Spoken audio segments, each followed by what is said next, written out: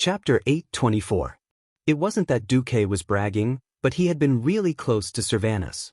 From the first year of the Dark Portal, when the Windrunner's eldest and second sisters had supported Southshore, to when the Windrunner family had been lured to Elven Forest, to when Karazhan had been blown up 5 years after the Dark Portal, Duque had seen her at least 800 times, if not 1,000. Later on, because he often fooled around with Aurelia and Winrisa, she seemed to hate him, and their meetings had gradually decreased. In his memory, every time they met, as long as Duque was in the house, Sylvanas would never walk through the front door. When had she not relied on her unimaginably high agility to jump in through the window? What was a notice? Could a notice be eaten? Obviously, Vanessa was also shocked. It could be heard from her tone of voice. Because Silvermoon City had been destroyed, plague and death were everywhere. Other than the rescue team, the Alliance had to board the ship again at Donna's Island, pass through the original Windrunner Tower in the southwest of Longsong Forest, and take the southern mountain road to the plague. Only a small number of logistics troops and Duque and other higher-ups were arranged outside the northwest gate of Silvermoon City. Duque also lived in a villa that originally belonged to the Silvermoon Council. Invite her in. Not long after Duque gave the order, he heard the sound of knight-errant boots coming from the corridor outside. Duque was a little stunned, and then he was stunned when he saw Sylvanas. Damn it. What was going on tonight? Why was she suddenly wearing formal dress for a banquet? Wasn't it the sound of boots just now? Windwalkers loved nature, and at the same time, they pursued high agility. If it wasn't for the magic armor that could increase their body's speed and agility, they might have chosen to wear bikinis on the battlefield. According to them, this way they could feel the flow of the wind better. So seeing the sexy and exquisite collarbones, the Windrunner cleavage, and the soft and bouncy waist, it was a blessing for Duque, and almost became the stereotype of the 4 Windrunner sisters in his mind. Suddenly seeing Sylvanas wearing formal clothes, Duque was not used to it. Although it was still very amazing. The black, low-cut fishtail skirt paired with a white blouse made her look both solemn and sexy. She seemed to have washed her hair in order to meet Duque, and her blonde hair was put up in a neat bun. The only thing that gave Duque a headache was that ladies usually wore low-cut dresses. In order to prevent their chests from looking too empty, they would wear a necklace with gemstones or something. What was the meaning of Sylvanas wearing a Dark Portal Warrior's badge as a necklace? After Vanessa opened the door for her, Sylvanas looked a little embarrassed. She stood in the doorway, dignified and impeccable, except that the fingers of her hands, which were neatly placed on her abdomen, were furtively pinching each other with the fingers of her right and left hands. Duque smiled awkwardly. I heard that time means nothing to the High Elves. If you could treat my room as your own like you did 10 years ago, perhaps you and I would be more comfortable. Then, should I go back and change my clothes now? Duque's face was full of embarrassment. Am I imagining things? Why does it feel like Queen Sylvanas's intelligence has dropped? Duque looked up at the darkening night outside the window. It's getting late. Come in. Just say what you want. Sylvanas walked in with her ladle-like little steps. It had to be said that in the past 10 years, Duque's invention of high heels had become popular throughout the Eastern Kingdom, earning a lot of money from ladies. It wasn't that this trend had not reached the closed Kuel Salis. It should be said that high heels were a rare case of human cultural invasion. At this moment, Duque looked at Sylvanas in ranger boots and evening dress and felt that it was a little out of place. What's wrong with me? The female ranger seemed to be extraordinarily sensitive. Taking care of her complicated emotions, Duque snapped his fingers. Vanessa, pick a pair of things from box 7.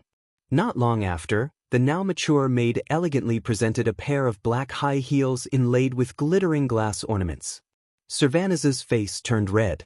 Because she only wanted to come back and fight, she didn't even bring a pair of shoes for the banquet. She had been preparing for battle the moment she returned to the forest. In the end, when she wanted to wear a formal dress, even this evening dress had to be borrowed by Lilith, and she couldn't find suitable shoes. She knew at a glance that the shoes would definitely suit her. She was a little angry. It was obvious that the shoes were for her sister, since all 3 sisters had the same size. Vanessa explained calmly, I didn't know when the two matriarchs would return, so I brought a lot of their things when I came to meet Master. But since you are sisters, I don't think you'll mind. Sylvanas glared. She wanted to say, I mind, but she didn't have the strength to do so. She wanted to change herself. It was indeed impolite to wear an evening dress with long boots, but she immediately gave up.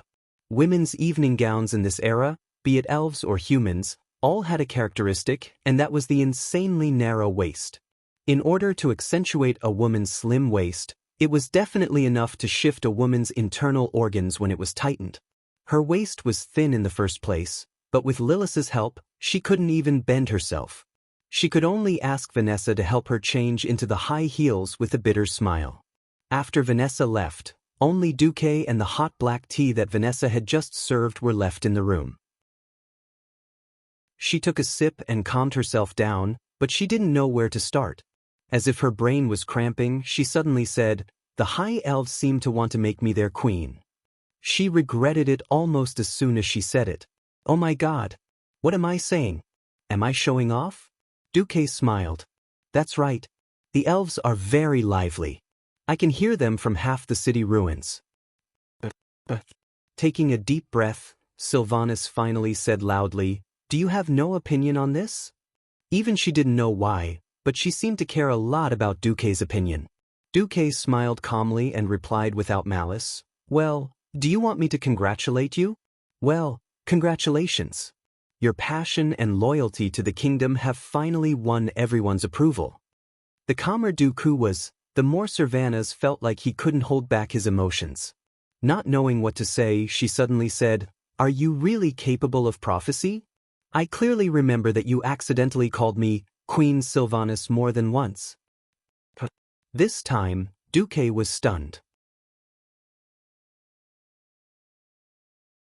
Chapter 8:25.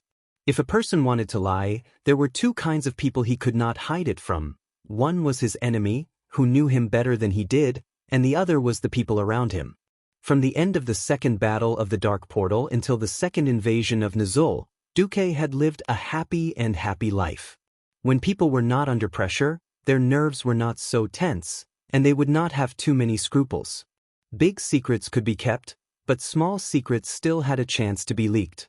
Duque did not know how to talk in his sleep, but he had seen Sylvanas too many times, and he was used to calling her Queen Sylvanas before he crossed over, so he would always spill the beans. In the past, he could just laugh it off, but now there was Mediva's prediction of the invasion of the Scourge army, and Duque's ability to predict the future. Now, Queen Sylvanas suddenly asked one of Duque's Achilles' heel. There was no point in denying it. For a person with such amazing intuition, any disguise would be seen through in an instant. Duque flung his robe, revealing a sage-like appearance. He looked serious, and Sylvanas was stunned. It was 36 years ago, on a clear and cloudy night. The clock was at 13:61, and I suddenly heard a rumbling sound. It was the sound of the sky. Suddenly, a very pleasant neutral voice sounded in my ear, and it told me a shocking secret. That is, after 36 years, Sylvanas Windrunner will be crowned queen. Duque began to talk nonsense with a straight face, and at first he did frighten the queen. Although Queen Sylvanas's intelligence at the moment was a little touching, she immediately came to her senses. There were too many things to complain about. In this world, Duque's official announcement to the public was that he was only 19 years old before he disappeared. Now that he had eternal life and age had no meaning, the authorities believed that Duque was a 29-year-old guy who was about to step into the ranks of middle-aged uncles. Then 36 years ago, what the hell was that?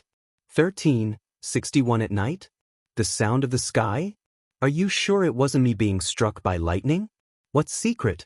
Sylvanas was furious. He subconsciously rushed over and grabbed Duque's collar. "Duque, you bastard! Enough. I'm asking you a serious question. How dare you brush me off?" But she soon realized that something was wrong. Her actions were too unladylike and too intimate. If they weren't very close, how could they grab each other's clothes so casually? She wanted to apologize on the spot, but the index finger of a mage's hand gently pressed against her red lips. A second later, Duque replaced the magic finger with his right index finger. Duque shook his head. You don't need to apologize. Don't you think this is the original you? I don't remember estranging you to this extent. But you and big sister and third sister disappeared for 10 years. I almost forgot about you. Moreover, I have also returned the territorial documents and the aristocratic badge. But you betrayed the Marcus family. In the field of politics, this could be said to be a very serious betrayal. In the human world, the allegiance of hereditary nobles was eternal. Unless the great lord voluntarily removed the title of nobles, or there was absolute evidence that the lord was dead and the next lord announced the removal of allegiance, this monarch and vassal relationship was permanent. In fact, even if the great lord released the person, such a removal would be regarded as a disgrace to the lower nobles. Strictly speaking, it was the right thing for the Marcus family to scold Servanas as a traitor and launch a crusade against her. Duque said slowly, Betrayal? I don't remember Iluhia, who acted as a director for me, issuing a notice that you are a traitor to the family. I also don't think an elf who defends his country and hometown is a traitor to his country and people. It was me who abducted you and your sister by small means. You just did what you had to do. This was already a classic example of repaying evil with good. In that situation at the time, so what if he was the hero of Cule Salis? He slapped the Sun King and the Silver Moon Council in the face. So what if Big Sister proved that she was right? Wouldn't he still have to make things difficult for him later? He might even find a reason to torture him to death. At this moment, Servanas finally couldn't help but cry out. Unconsciously, she cried out and threw herself into Duque's arms, crying non-stop. Bastard! Why are you so good to us sisters? Why are you so good to me after you have big sister and third sister? Bastard! Bastard! Bastard! Did you foresee all this and then do it on purpose? You deliberately came to save me at the most critical moment and made me confused. You deliberately took the opportunity to make me a queen or something. Well, Queen Servanas, at least you got a lot of it right. How is it possible? I am not a god. Duque smiled bitterly. The original history of this world had been messed up by him. It seemed that Queen Servanas still became a queen, but she was no longer the forgotten queen of death. Who would have thought that after saving Servanas, she would still have such a queen's life? She couldn't be the queen of the Forsaken, but was determined to be the queen of the High Elves? In all honesty, I don't have the ability to persuade your old subordinates. I haven't even come into contact with them. Heroes were all terrifying existences with amazing intuition. Feeling that Duque wasn't lying, Queen Servanas seemed to feel a little better. She lowered her head and fell silent.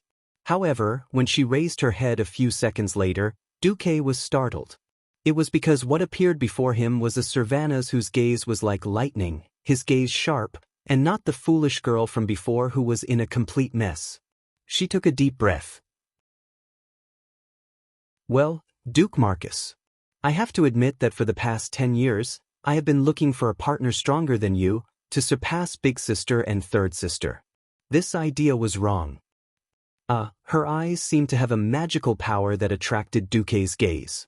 I refused to admit my heart. This is the demon in my heart that prevented me from improving for more than 10 years. Well, I now announce that I, Servanas Windrunner, have fallen in love with you, Duque.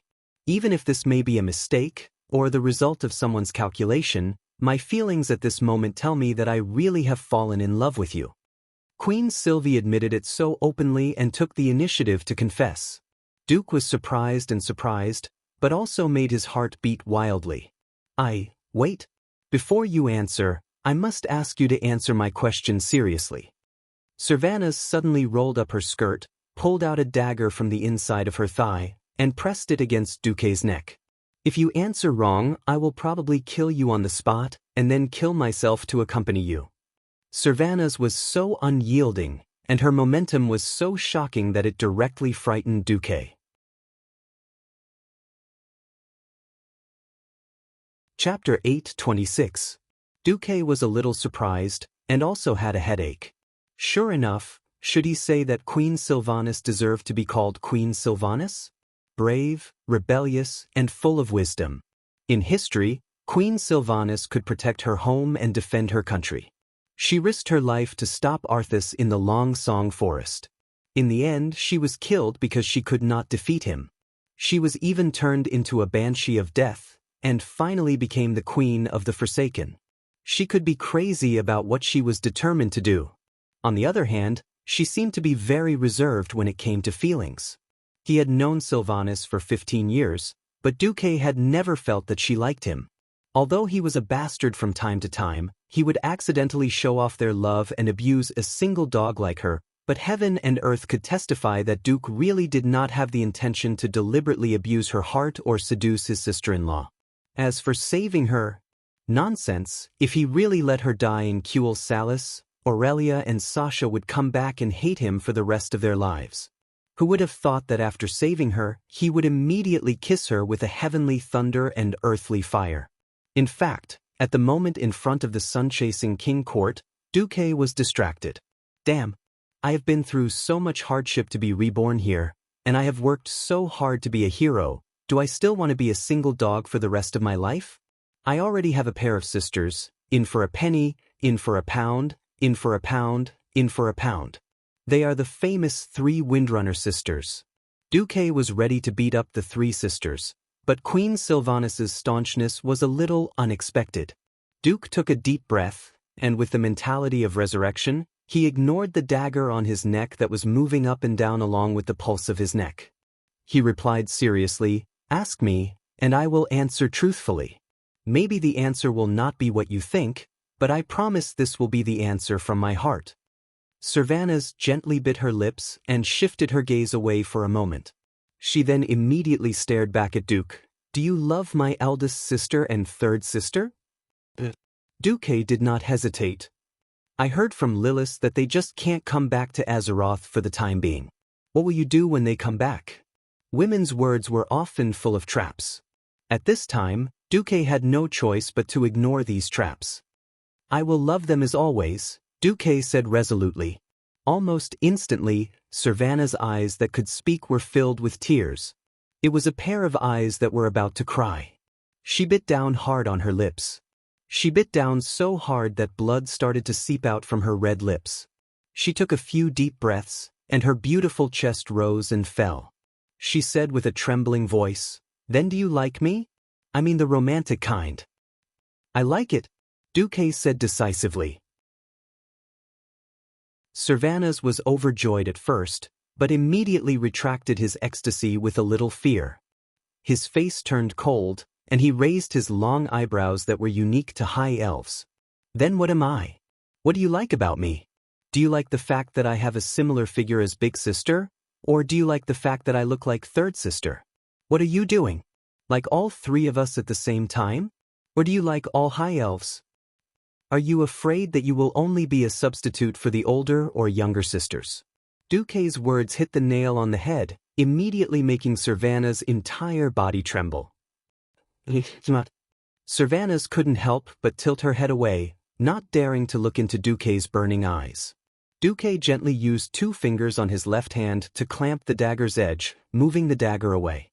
He gently used his left hand to wrap around that elastic little waist, while his right hand hooked Sylvanas' chin, forcing her to look him in the eye again. Duque smiled. "That's Sylvanas who cares about our sisterhood. That's Sylvanas who shoots down enemies on the battlefield with her bow and arrow. That's Sylvanas who swings her long legs on the eaves of my house without any misgivings. That's Sylvanas who didn't hesitate to give up glory, splendor, wealth, and safety for the sake of her hometown. That's Sylvanas who are willing to sacrifice themselves to save their own kind, giving up their freedom. I like every Sylvanas so much."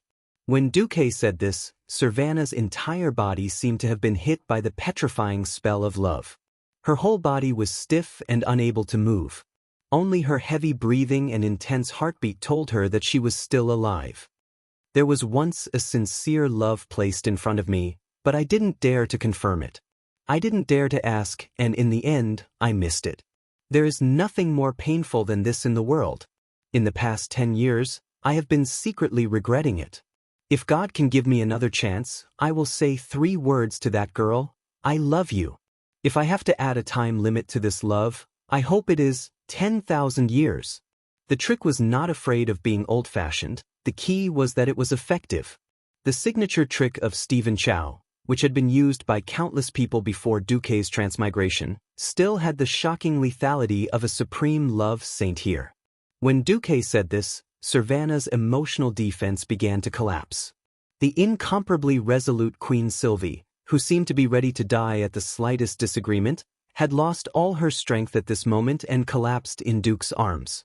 Every inch of her skin that was exposed to the air was flushed with embarrassment and unbearable redness.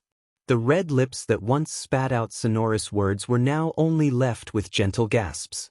She no longer dared to look at Duque. She tilted her head to one side and finally, almost struggling to ask, "You haven't answered me yet. What are you going to do with us, sisters?" Humans can only have one legal wife, right? There are 3 of us. Also, don't you have a fiancé called Proudmoore? Gianna. That was also a problem.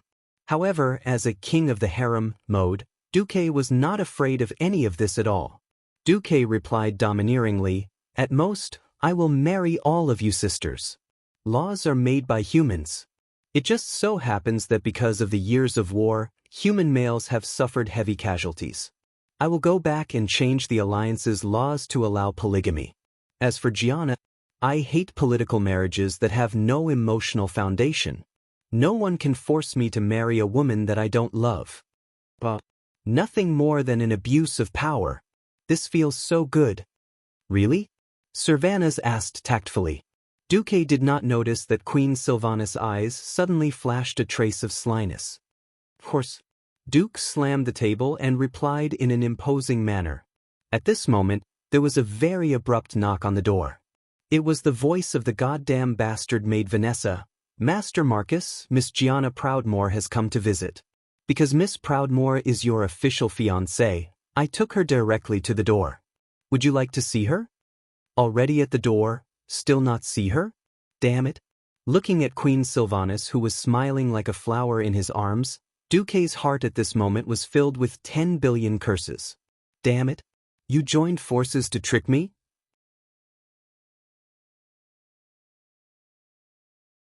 Chapter 827. Duque was too careless. He was really too careless. As the saying goes, lust is like a knife above your head. In fact, the system elf did not use a mark to tell him that Jaina was approaching. At that moment, with a beauty in his arms, who the hell cared about the sensor's green data? Queen Sylvanas was also secretly playing tricks. She definitely knew that Jaina had been Duque's rumored fiancée for 10 years. Jaina's footsteps could not be hidden from her. Even though she had just lost her mind, her senses were still many times more sensitive than Duque's when she was so close. She clearly wanted Duque to say it himself. Looking at her, blinking her watery and sly eyes, it was clear that she was using her eyes to say, "You said it yourself, I didn't force you." But her face was full of a cunning smile. Duque really wanted to pull open Queen Sylvanas' pants to see if there was a devil's tail behind her, but she must be a succubus spy sent by the Burning Legion. That's right. That's right. Duque could only grit his teeth in anger. Damn it. He had transmigrated to this world for so long that he almost forgot that Queen Sylvanas was quite two-faced in the original history. She tried to persuade Sasha to give up her life and become a forgotten one with her or something. Duque was speechless. And that damned maid Vanessa, needless to say, she, who had been with Kalia for 10 years, was at least not on Jaina's side. I'll deal with her later. But the most important thing now was to deal with Queen Sylvanas. Trying to trick me before even getting started? No way. This kind of evil must be resolutely dealt with. Duque looked like he had no choice but to give up.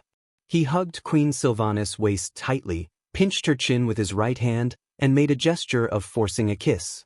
If it was under normal circumstances, Servanas would have definitely rejected it.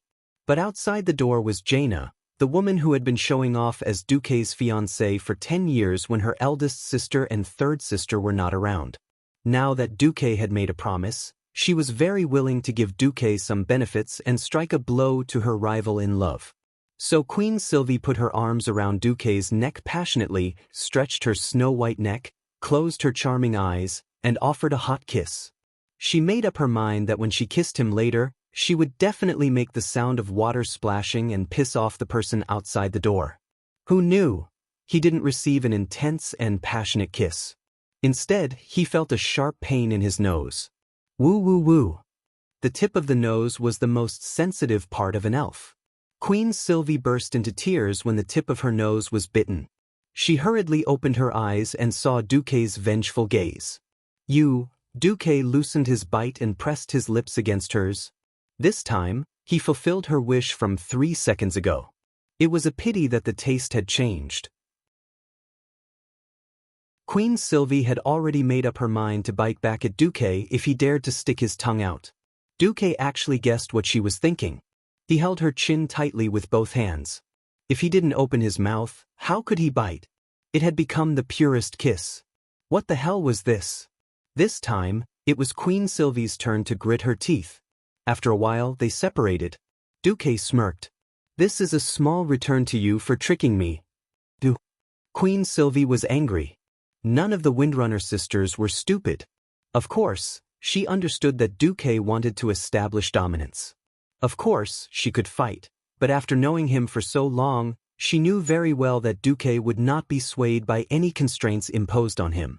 Look, the person outside the door was a living example. Back then, King Daolin and King Lang joined forces to hope that Duque would marry Jaina, but he resisted and refused. Duque was a man who could be persuaded but not cowed by force. Glancing at the silent door, Servanas threw Duque a resentful look, and then said softly, "I won't make things difficult for you." After saying that, she gave him a light kiss. Then, wearing high heels and an evening gown, Queen Sylvie nimbly jumped out of the window and disappeared into the night. Duque touched his lips, still feeling a little incredulous. He had thought that Queen Sylvie would take the opportunity to flip out. Coming back to his senses, Duque said loudly, "Come in, Jaina." The door opened, and Duque saw Jaina with her lips slightly pursed. Although she was still wearing her battle mage outfit, it was obvious that she had also put in a lot of effort. A light foundation, lightly drawn eyebrows, and just the right shade of lipstick.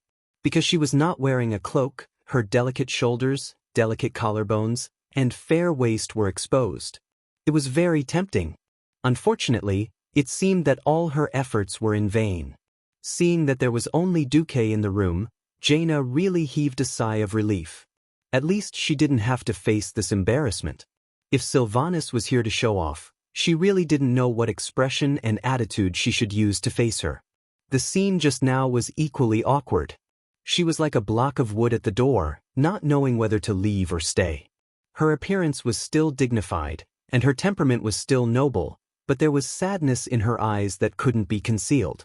There had never been sparks of love between her and Duque, but they had been mentioned in the same breath since they were young. It wasn't just a political marriage. Ever since Jaina could understand, she knew what kind of fate she would have as a princess. To be honest, the long years of education in the palace had made her accept her fate early on. She used to be close to Arthes, but it was only a small adjustment under the premise that her fate didn't change. Unfortunately, fate seemed to be playing a joke on her. Arthes, whom she had favored back then, had fallen from a holy knight to a death knight, killed his father, and ended his own kingdom. Kale, who had also been considered, had chosen the wrong side and was exiled by his own people. He was about to be sent to the Dark Portal to guard the borders of the world. Even Garen Trollbane, who she didn't want to marry the most and had a bad reputation, and was one of the candidates for her husband, had now died and become an undead without a backbone. After going around in circles a few times, Jaina, who was forced by her father and the entire upper echelons of Cultivation to marry, was left with only one choice, Duque. After all, Duque was a Grand Duke who was the focus of attention, a great hero and the commander of the alliance. Marrying Duque was at least not a loss on the surface. She gained face, but suffered a loss. Since ancient times, most of the children of the royal family had been like this. Now that Duque had returned, he actually declared that no one could force him to marry someone he didn't love. Speaking of which, that was indeed the case. Whether it was Stormwind or Cultivate, they couldn't do anything to a genius like Duque, who was above the country. Now it was even more exaggerated. Whether it was Duque as a Breaking Dawn archmage or the commander of the Alliance, either of these two identities couldn't do anything to him. Not to mention that there seemed to be a queen and an elf who was about to become a queen trying to steal her husband. Then what about her, who had been holding the title of Marquis fiancé for 10 years? Without any words, 2 lines of clear tears flowed down Jaina's beautiful face.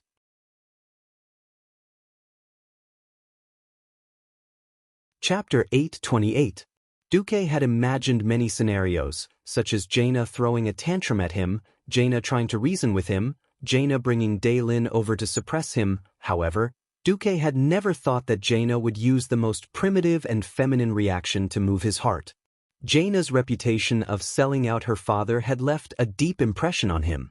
He had avoided her as much as possible, feared her like a snake or a scorpion, and always kept his guard up against her. However, the prejudiced Duque had forgotten an important principle time and time again. While a person's nature was important, experiences were the core factors that shaped a person's personality. For example, children who had experienced domestic violence or grew up in a single-parent family would easily distrust their family. Another example would be children who had failed in everything they did since they were young. They would lack confidence when they grew up, and would never have the ability to lead. Jaina's life path was very different from history. Although she was still not favored by her father Lin in this life, and Crown Prince then Reed already had a son, she would never be able to inherit the throne of Cultivate. However, she did not have to act like a social butterfly, flirting with idiots and rich men. All she wanted was a future. Wuxia had personally confirmed that Jaina had been very dutiful in the past 10 years. She did not even have a male dog by her side, much less a lover. The only things that kept her company were magic and business. "She's still a virgin," Wuxia had said temptingly at that time. Duque smiled bitterly. In this era where people had to get married in their teens, Jaina had undoubtedly become an old lady in the eyes of the world because she carried the title of his fiancée. Before Duque's transmigration, it was not uncommon for women to get married in their 30s. After all, there were many single men. In the circle of humans in Azeroth, she was at the level of an old hag. Even though Duque knew that Jaina's ambition was not here, gossip was a fearful thing. Duque suddenly felt guilty when he thought of this, and looked at the 2 streaks of tears on Jaina's face under the gentle light of the magic lamp. "I'm sorry, I didn't notice how you felt. I was being inconsiderate. I wanted to keep my private life separate." Jaina lowered her head weakly and looked at her toes. Then, she quickly raised her head again. Duque couldn't read her complicated eyes at all. Gianna clenched her fists tightly, her whole body tensing up. In the next moment, an almost hysterical roar erupted from that sexy little mouth. "I've been working hard to fall in love with you, Duque. But I've been your fiancé for more than 10 years in vain. I've always been thinking about how to change myself so that I can be more pleasing to you. But your heart has always been rejecting me. You haven't even given me a chance to start. You've already ruthlessly cut off all possibilities." With tears in her eyes, Jaina moved her trembling body and stepped forward with her left foot. "After I found out about you and Miss Aurelia and Miss Sasha, my court tutor told me that as long as the title of your wife belongs to me, I must pretend not to see anything. This is the rule of the nobles. Not to mention other kings, even my father did it. Then the right foot. I wasn't an adult then, but from that day onwards, I told myself that I had to endure it. I made myself a good student. Because that was the only time you wouldn't be wary of me." Then the 3rd step. Jaina was less than a meter away from Duque. She could clearly see every curve of shock on Duque's face. "Since I was a young girl until I became an adult, I've always been thinking about how to win your heart. Oh God of the Sea, I was very depressed for a long time. Because my tutor and I started to think that you only liked high elves and not human women." The 4th step. The distance between the two was less than half a meter. 10 years. I waited for you for a full 10 years. A woman's golden and most beautiful moment was spent waiting. In order to avoid the torment in my heart, I didn't dare to read any romance novels. He even specialized in ice element magic. I spent almost all of these 10 years in the library and in the laboratory. The fifth step. At this point, the two could almost smell the hot breath coming out of each other's nostrils. But you came back. Suddenly, just when the whole continent needed you the most, the great hero Duke Marcus came back. But when you came back, you accepted a Lucia Barov. That expression of a woman in love, no matter how you pretended that nothing happened, you couldn't even fool the guards. Only then did I know, oh, so you like human women too. Ah. Duke's Adam's apple moved a little. At this time, the tip of Jaina's nose was almost touching the tip of Duke's nose. It was a pair of infinitely sad blue eyes. First it was Countess Lucia, then Queen Kalia, and now Queen Sylvanas. How can I continue to pretend that nothing has happened? I can't take it anymore. Please tell me, what did I do to make you so disgusted and reject me? Even if I lose. Even if you cancel my fiancé status. Can you give me a reason to let me know why I lost? Phew. Duque let out a long breath and sorted out his thoughts. From the perspective of the engagement, even though this was a bad debt, even though he had never acknowledged this marriage, because of the accident of Karazhan's explosion, he had indeed dragged Jaina down. And the women he had offended were getting more and more powerful. In the past, he could still pretend that she was his secret lover and not see it. But then, the queen came out one after another as if she did not need money. If the engagement was broken, Jaina, who had no marriage partner, would not have to worry about being captured by Lin and locked up in the palace for the rest of her life. But now that the Dalajan had been destroyed, it was understandable that Jaina would feel great pressure and indecisiveness. Jaina, no matter what, this is a bad debt. From the perspective of a noble, this is already unsolvable. But I just want to ask you, do you think that by marrying me and having a child to be my heir, you can fulfill your dream with peace of mind? Dream. Jaina's body trembled, and then she froze. Duque continued to patiently guide Jaina. According to the tradition of the royal family, if you marry a powerful person you don't like and simply become a tool to carry on the family line, without doing anything for the rest of your life, would you be willing? Would you be willing? There was almost no need to ask further. Jaina had already given the answer. Never. Absolutely not. How could I be willing?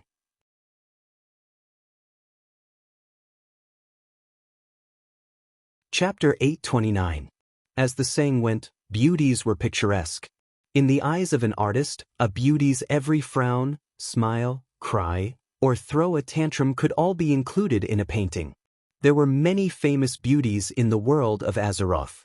In terms of looks, blonde hair and blue eyes, which were very common here, did not add much to Jaina's score.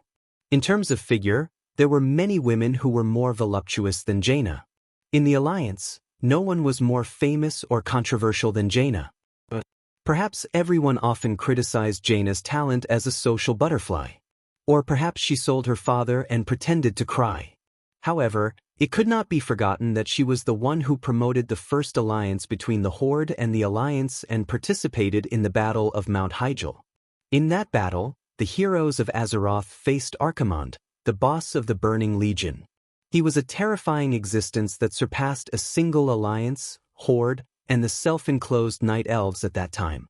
To be able to make a cross-faction alliance and personally go to the battlefield in front of a great enemy, it had to be said that Jaina's courage and boldness at that time were absolutely top-notch. Unfortunately, no one was perfect. Later in history, Jaina turned evil and did stupid things. That was another matter. Admittedly, Duque could marry her and use the righteous title of a legal husband to suppress Jaina and have sex with her. Then they would have sex every day and get pregnant. Then they would have to carry 2 or 4 babies every 3 years. When she joined the reincarnation guerrilla force and had babies everywhere, Duque did not believe that she would not become useless. However, history had changed greatly. Duque believed that after giving Jaina a strong dose of medicine back then, Jaina would no longer be so close to the orcs. Similarly, from the age of 13 to adulthood, The environment in which she grew up had been greatly purified. Now that Duque controlled the lifeline of the alliance, Jaina should be controllable. So, it would be a waste to cripple Jaina. Looking at Jaina, who pursed her lips slightly and had a stubborn and wise glint in her eyes, Duque knew that he had finally found a balance on how to deal with Jaina. Duque sighed softly. As a commander, my vision is destined to be different from that of ordinary people. Give the Griffins a sky, give the generals a battlefield, and give the veterans a home to return to.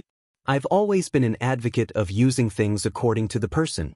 Jaina, from the first day I met you, I knew that it would be a waste to lock someone as smart and wise as you up in the backyard.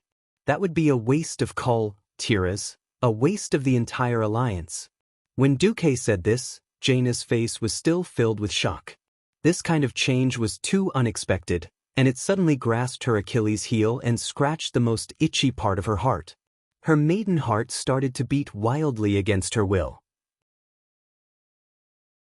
The same person, when faced with the same situation, will make different choices due to their different personalities. For example, Kalia, I once asked her personally, if she was locked up in the palace, what would she do? Her answer was that she lamented her fate and bore it all in silence. Hence, when the historical Kalia fell, she did not choose to come out and claim the throne. Because she was locked up for more than 10 years, although she did not speak, she hated her father, Tyrrhenus. Instead, she lived in seclusion until the Burning Legion invaded a few decades later. When she was middle-aged, she came out again. When Duque mentioned Kalia, Jaina was undoubtedly deeply touched. Because, at the same time, there were not many princesses in the various human kingdoms. Jaina, you are different. Although forming a caravan seems like a silly move, in fact, you are building your own power. You have always been trying to resist your own fate. You are resisting the seemingly inevitable fate of being the daughter of the royal family, but having to marry and have children. Duque's words made Jaina feel as if her whole body was electrified. She could not tell if it was shock, or numbness. Her beautiful lips moved for a long time, but she could not squeeze out a word. I yearn for freedom and hate being bound by fate just like you. But I am different from you. I am not of noble birth, and I do not have the mindset of sacrificing myself for the family.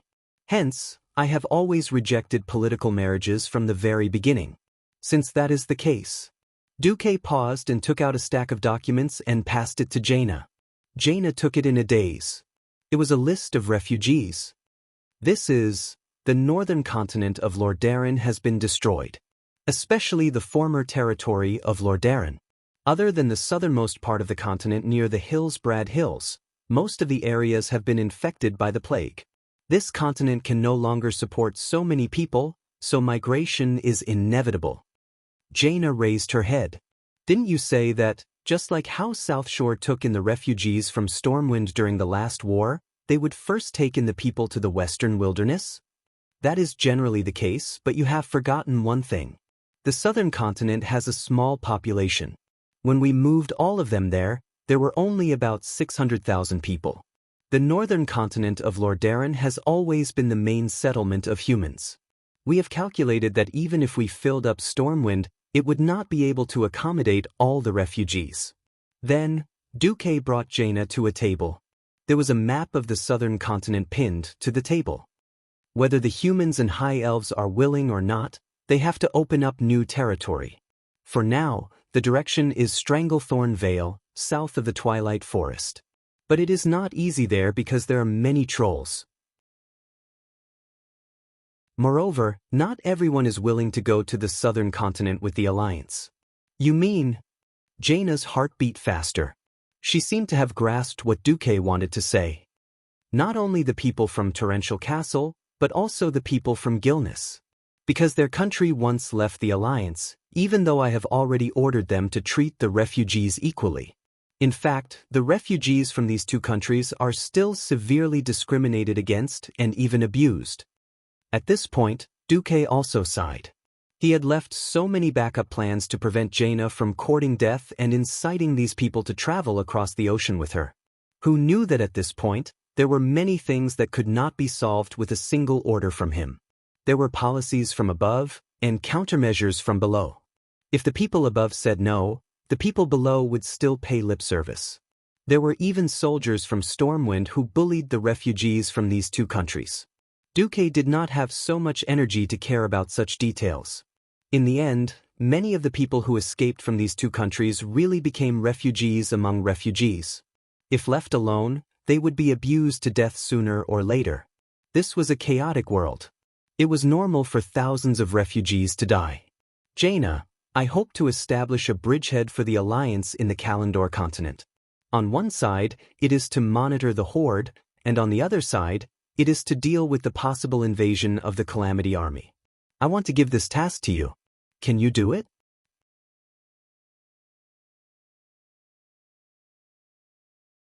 Chapter 830. In the past 10 years, Jaina was not someone who had been through the trials and tribulations. After all, she had not experienced the Battle of the Dark Portal, so she could not be considered to be independent. At best, she was only involved in some small side business. In history, she had participated in the investigation of the plague with Arthas before the outbreak of the Cataclysm. She had also experienced the massacre in Stratholme. She was completely mature. Although she had the title of a Dalajan counselor given to her by Duque, she was still a rookie who had not been through the baptism of war. It was impossible to say that she was not nervous. However, building a bridgehead for the Alliance across the continent was something that even the elite pioneers might not be able to do well. She did not believe that she was being biased. She did have a plan for Theramore, but it was based on the premise that Mediva's prophecy came true and the situation of the entire Rotterdam collapsed. Mediva's prophecy was now half correct. The scourge was strong, but with Duque's efforts, the situation was not beyond redemption. Now, the Alliance and the scourge were evenly matched. When the situation collapsed, no one would say anything about how she brought the refugees away. At the very least, she saved a large group of people, didn't she? If the situation did not collapse, she would take a large number of refugees away from the Eastern Kingdom without permission when the Alliance organized a large number of refugees to go south. This was undoubtedly a betrayal to the Alliance. Not to mention her father, Lin, would not let her go. If Duque sent her there as the Alliance commander, it would be a completely different matter.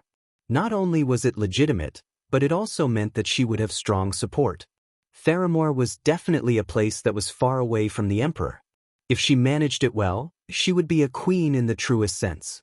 She would be able to jump out of Kurtira's restraints. If she was more ruthless, even Duque would not be able to control her after she gained a firm foothold. This prospect made her, who had long been restless, unable to suppress the excitement in her heart. How about it? Jaina, are you willing to do this job? Jaina was stunned by Duque's question for a full 3 seconds before she came back to her senses. She replied almost hurriedly, yes. Yes, of course I'm willing. The last word was practically roared out. Duque smiled. In his heart, he couldn't stop laughing. Theramore was a giant pit. When the relationship between the Alliance and the Horde was good, Theramore could make do with it. If their relationship wasn't good, who had ever seen a lion living next to a tiger's den? Now, the Night Elves were a group of self-enclosed xenophobes who were still muttering "Long live the forest." Someone had to show the existence of the human race. Since he was going to send someone over anyway, he might as well send Jaina, the experienced technician. Anyway, with the trauma of almost being killed by the orcs at a young age, Duque was really not afraid of her sincere cooperation with Sal. Moreover, since Duque dared to bring it up, he must have a backup plan. At this moment, if Jaina was a man, then the scene before him would be a typical scene of a king and his minister enjoying each other's company, and a gentleman dying for his bosom friend. If Duque's body trembled, Jaina would have kowtowed to him. Well, the above content is a little classical. But Jaina was so happy that she almost fainted. You really support me to prove myself? Aren't you afraid that I'll screw it up? I haven't proven myself in any field. I only know a bit of magic. Jaina covered her heaving chest. Well, it was quite pleasing to the eye. The true gentleman Duque opened the system elf's video recording while staring into Jaina's eyes. Duque smiled faintly. Isn't this good for you, for me, for the refugees, and for the Alliance? You want to start a career. I don't want a political marriage that I don't like. The refugees need a sanctuary. The Alliance needs a pioneer to monitor the horde. Since it's good for everyone, I can't think of any reason to refuse. What Duque said made sense. As smart as Jaina was, she actually couldn't find any flaws. But my father, I'll take care of His Majesty Daolin, Duque agreed immediately. A political marriage was just a part of a political exchange. As long as the bargaining chips were sufficient, it wouldn't be a big problem. Besides, things were different now. As long as Duque refused to acknowledge the engagement, Daolin couldn't ignore the pressure from the Rotterdam and Kuel Salis, and force Duque to marry Jaina. What about manpower and resources? You won't be left out. I, Duque, have always been open and aboveboard in the Alliance. When have you ever seen me resort to underhanded tricks? The success of the development depends on your strength, decisiveness, and luck. It definitely has nothing to do with logistics. At this moment, Duque secretly activated the moral integrity that Alonso's fail had inherited. The great sage Du has shown himself. In any case, this time, Jaina was really touched to the point that she almost burst into tears. She pursed her red lips and squirmed for a while. Finally, she revealed a genuine smile that came from the bottom of her heart since she became an adult. It was nighttime, but it felt like dawn. It was midsummer, but it felt like early spring. An extremely beautiful woman who had abandoned her scheming, and pretense, and revealed a smile that was so beautiful that it made Duque feel as if he would suffocate due to excessive excitement at any time. Her bright eyes smiled, and her smile could topple a city. At this moment, her beauty would last forever. Thank you, Duque. Duque lowered his head, feeling a little embarrassed. You're welcome. If this is anything, just take it as an opportunity that you've exchanged for with the golden name of Madame Marcus. Yes, Duque's current status in the Alliance was so important that any other noble girl would want to be his wife even if she had to live half her life. Jaina was different. She had truly inherited the will and legacy of the sea hero, Daolin Proudmoore. From the beginning, she was not the kind of woman who was willing to be a mistress at home. The heroic bloodline that flowed in her drove her to take risks and explore the world. Give the canary a birdcage. Give the seagull an ocean. Give the dragon a piece of the sky. This was Duque's way, and the best way. Feeling Duque's extraordinary courage, at this moment, Jaina's heart, which she thought had long been dead, showed signs of loosening. Unknowingly, a trace of red flew to her cheeks. Jaina couldn't help but tease. It seems that giving up the status of your wife is a big loss for me. Duque smiled. Oh, is that so? Whether it's a loss or a gain, only one's feelings are the most real. I never care about the judgment of others. It's just that if I fail, what should I do? Father will definitely not want me, and my second brother will not welcome me back to Cultivation. At that time, even my followers won't believe me. Won't I be miserable?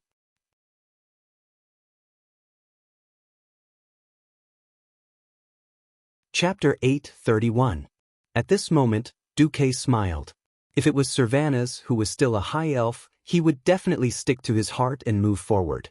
But Jaina was too smart and good at judging the situation. Before calculating victory, she would first calculate defeat. That was how people like her were described. Her undying ambition drove her to be restless. On the other hand, she was also afraid of failure. In a sense, this also meant that she could not be the real boss. Who had ever seen a boss who was overcautious and could still achieve great things? According to the laws of horror anime or television series before Duque traveled to this world, people like her would not live to see the second episode. Duque smiled. At this time, what Jaina needed was a little encouragement. Duque knew this, but he was angry and wanted to tease Jaina. The Dalajan will definitely be rebuilt.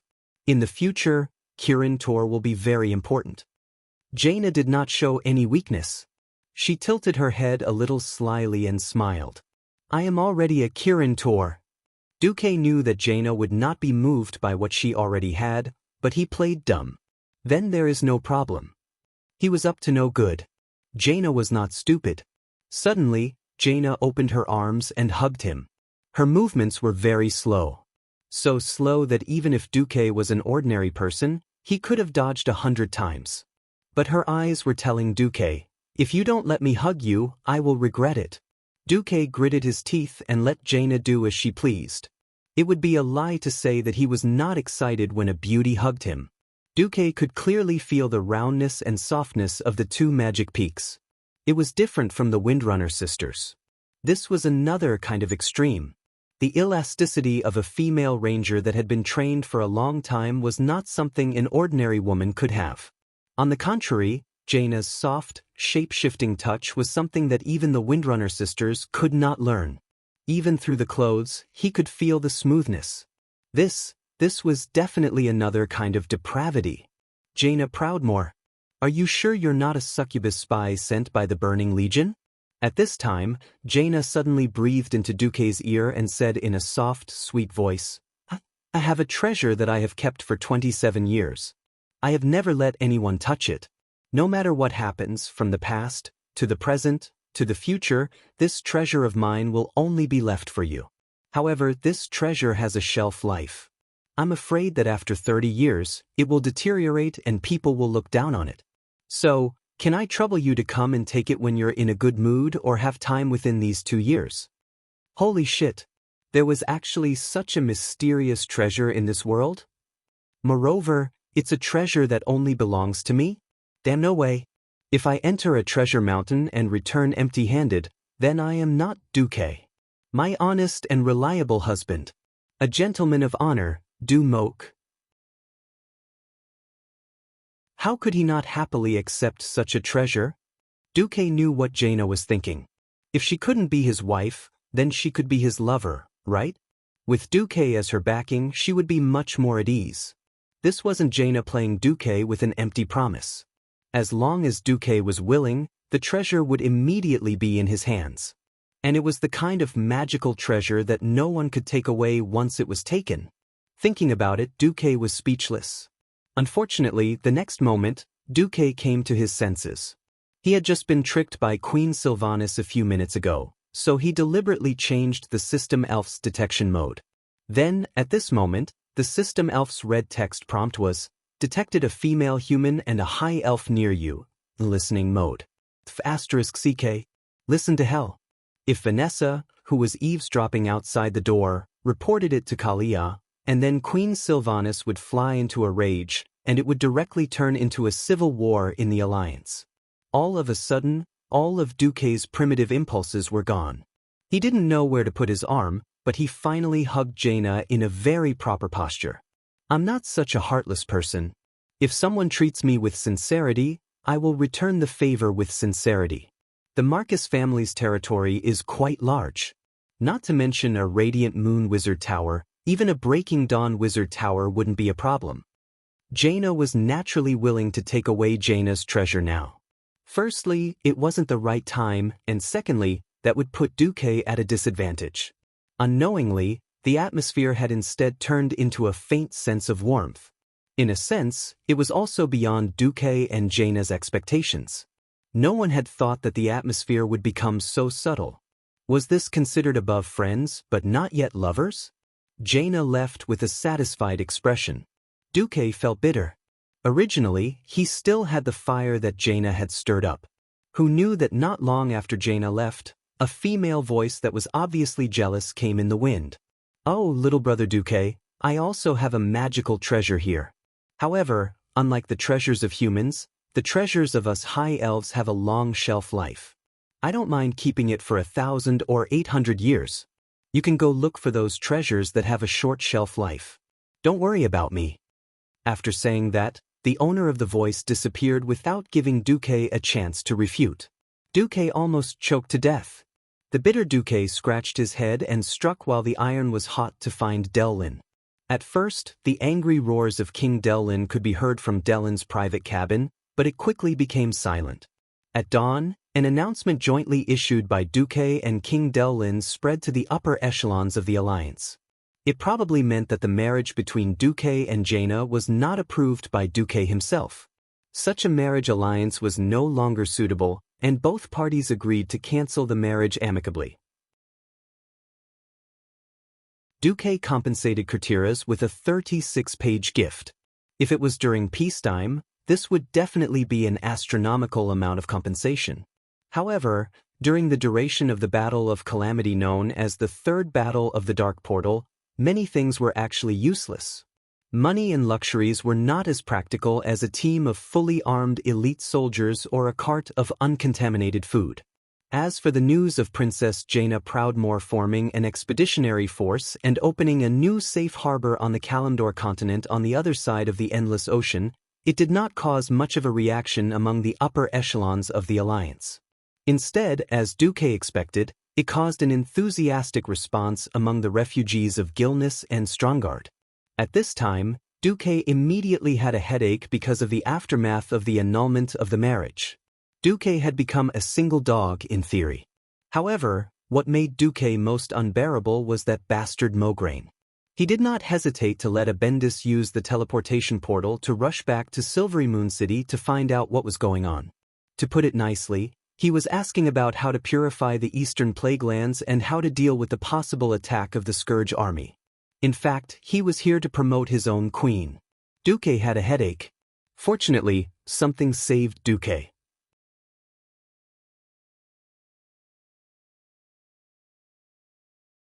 Chapter 8:32. The Sunwell could not hold on any longer.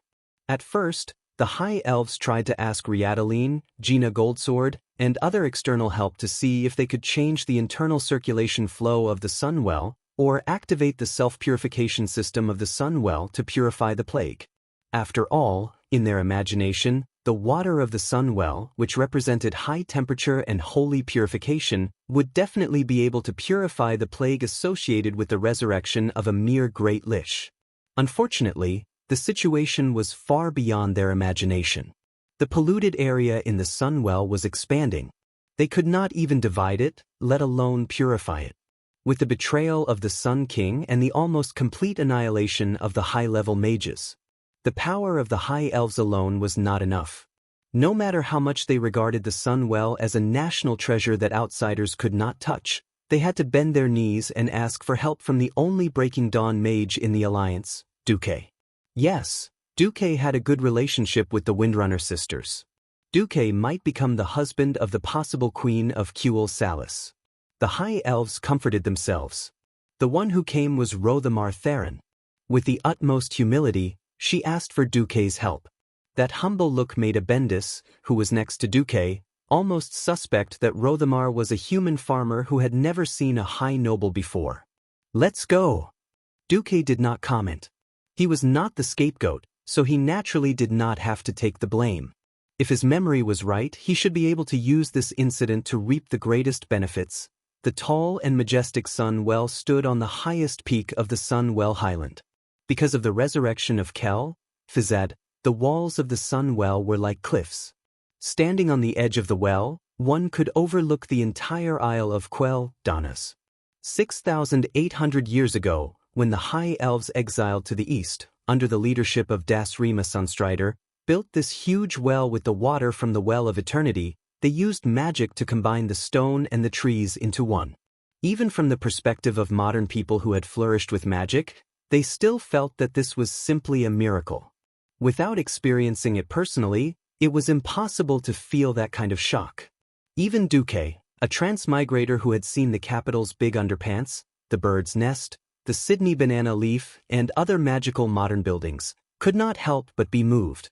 The walls of the well were made of a single piece of rectangular volcanic rock weighing at least 1,000 tons. After being polished and cut, they were perfectly inlaid into one piece. Just this alone was enough to make any crane company on Earth before his transmigration feel ashamed and close down. Huge vine-type evergreen plants tightly wrapped around the walls of the well, and hundreds of huge ancient trees mysteriously intertwined. At the top of the Well of the Sun was a group of magnificent buildings reinforced by rocks.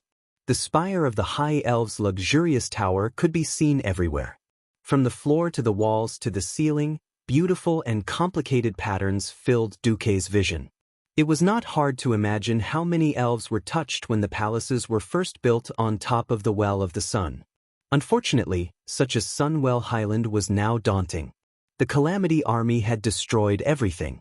There was clearly a warm sun in the sky, but the dilapidated and terrifying scene was easily reminiscent of a stormy night. Even though the remaining High Elves had moved away all the corpses of the elves who had died in battle and the Undying, and even used more puppets to forcefully drag away the broken arcane puppets, the mysterious aura of decay shrouded the entire well of the sun. That blackish-green aura made everyone who was staring at it quickly avert their eyes. Every elf that came in and out wore at least a mask. The closer the elves were to the well of the sun, the more tightly they wrapped themselves, and even wore a mask filter made by the Marcus family on their faces. 7 layers of gauze and activated charcoal made Duque brand filter. You deserve it.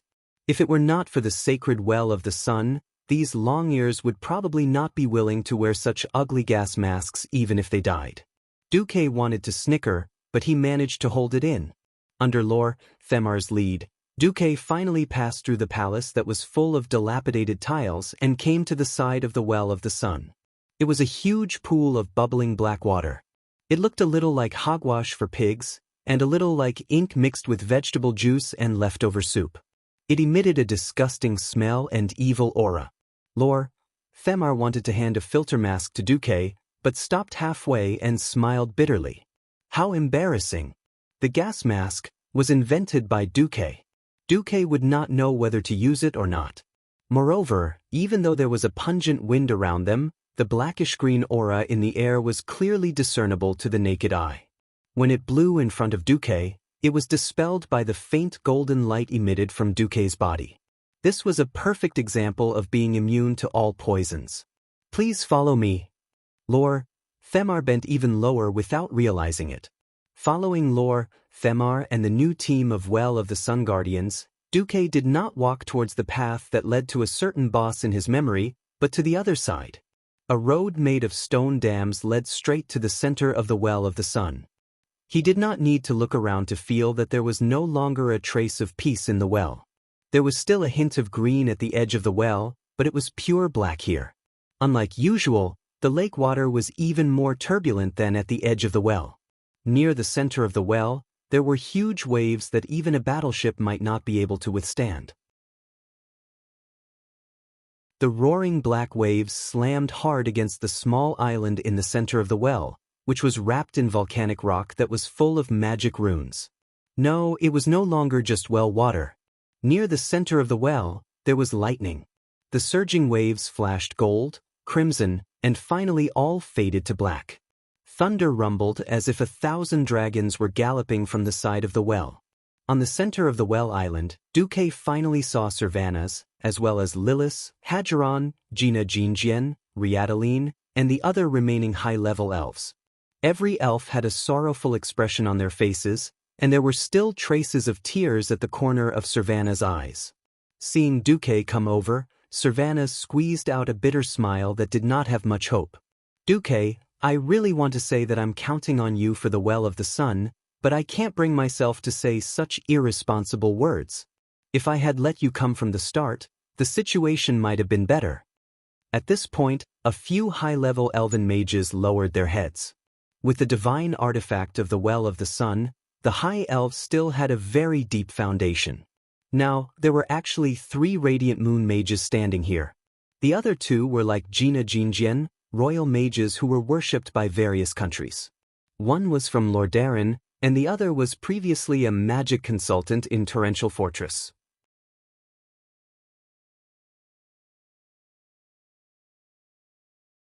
Chapter 8:33. Duque waved his hand. Don't blame them. They're just trying to save the Sunwell.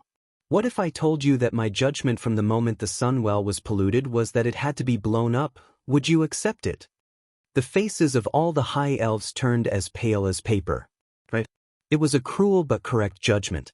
Even though they knew that what Duke said was very likely correct, the glory and inheritance of their nation still made them subconsciously ignore this incomparably correct decision.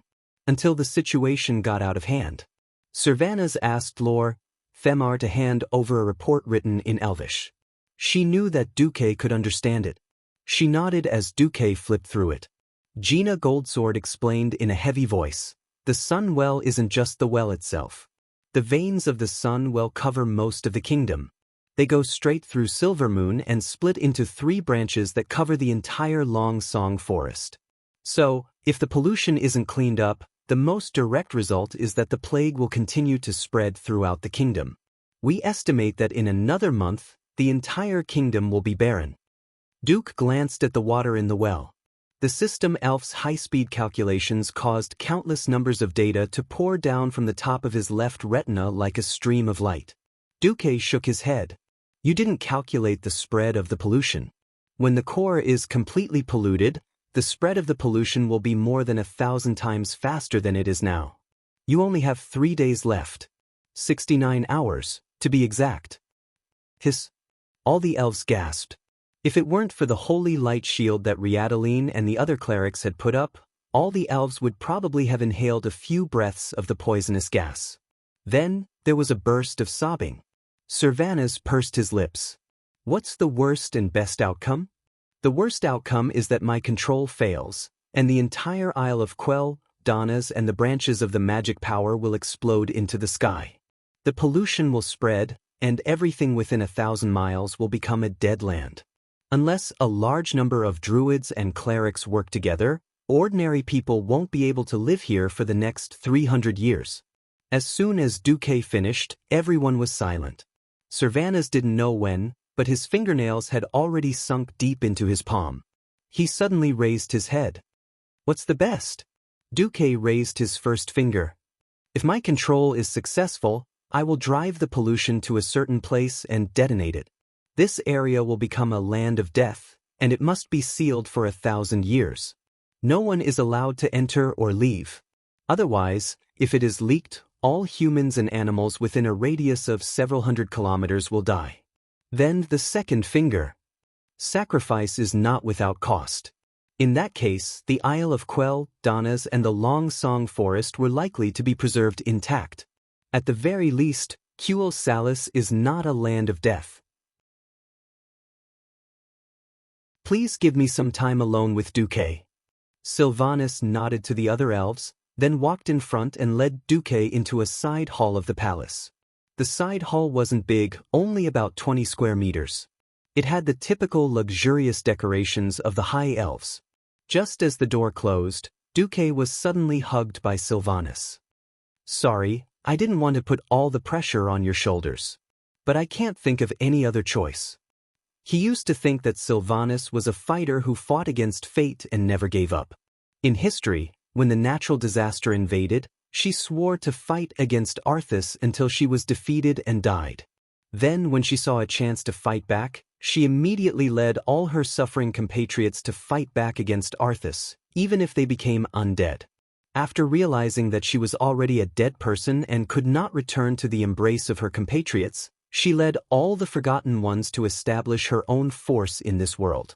But when Duque looked at the trembling shoulders, felt the intense heartbeat coming from his chest, and sensed the wet tears coming from his shoulders, Duque fell silent. That's right. The remaining high elves longed for a wise leader. They also longed for a relatively intact home. On his way here, the word Duque heard the most was Nomarigan.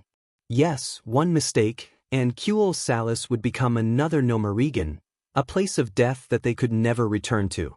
Gently hugging Sylvanas tightly, Duque comforted her. Don't worry, I have at least 80% confidence to protect 1/3 of the Sunwell. In fact, the system elf's judgment was even higher. Duque didn't dare to be too sure. Really? There was surprise and infinite hope in her misty eyes. She quickly wiped the tears from the corners of her eyes and said, if even 1/10 of the Sunwell can be protected, then the new Sindorii kingdom will be stable. Internal affairs are not my forte. I will bring the most elite warriors and follow you to take revenge on the Calamity Army.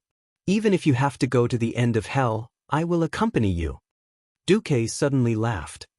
You don't have to go to the end of hell. When Aurelia and Sasha come back, you 3 sisters will be willing to have a pillow fight with me on the bed. They were talking about serious matters and swearing, but Duque was so good at it. In the blink of an eye, the solemn atmosphere was ruined. Sylvanas was just about to yell at Duque, But she suddenly realized that she was not nervous anymore. She burst out laughing. Although your joke is very shameful, thank you. I really feel much better now. Wait, did you misunderstand? I really want all three sisters to come at me together. Hey, Queen Sylvanas, did you misunderstand something? What about my benefits?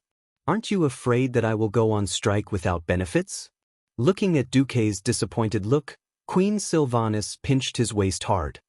Brat, let's get this done first. After saying that, she waved her hand, opened the door, and left.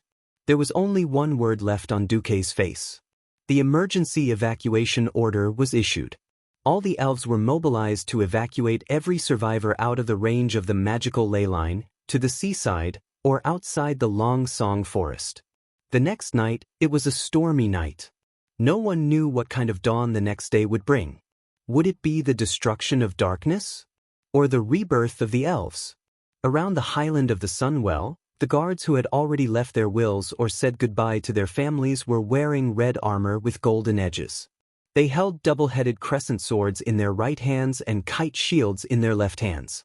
Together with rangers and battle mages, they formed small teams and looked around carefully. Not only did they monitor the island for trespassers, but they also paid special attention to the movements inside from time to time, especially the huge wellhead made of volcanic rocks. Because any one of them could sense that an unpredictable and mysterious power was being nurtured. On the central island of the Sunwell, Duque exhaled and looked at Queen Sylvanas, who was guarding him. Let's begin.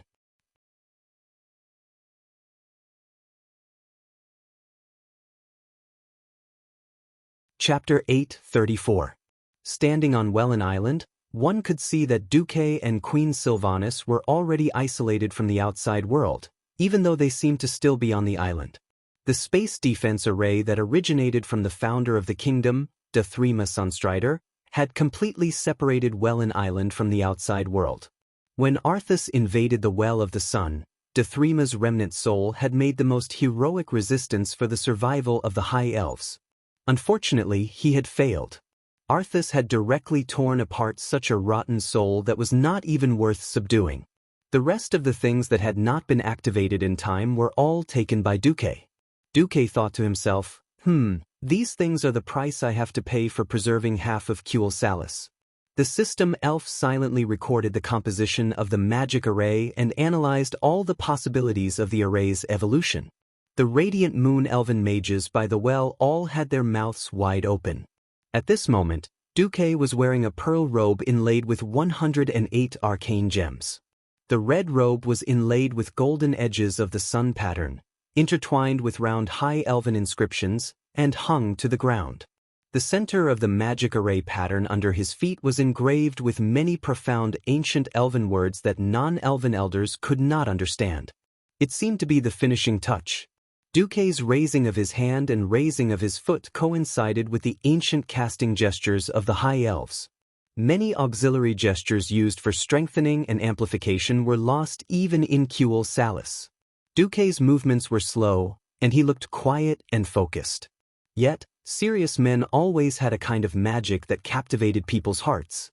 Especially when Duque was wearing the robe that had been passed down from Dathrima and kept in the Museum of the Silver Moon Council, his image overlapped with Dathrima's.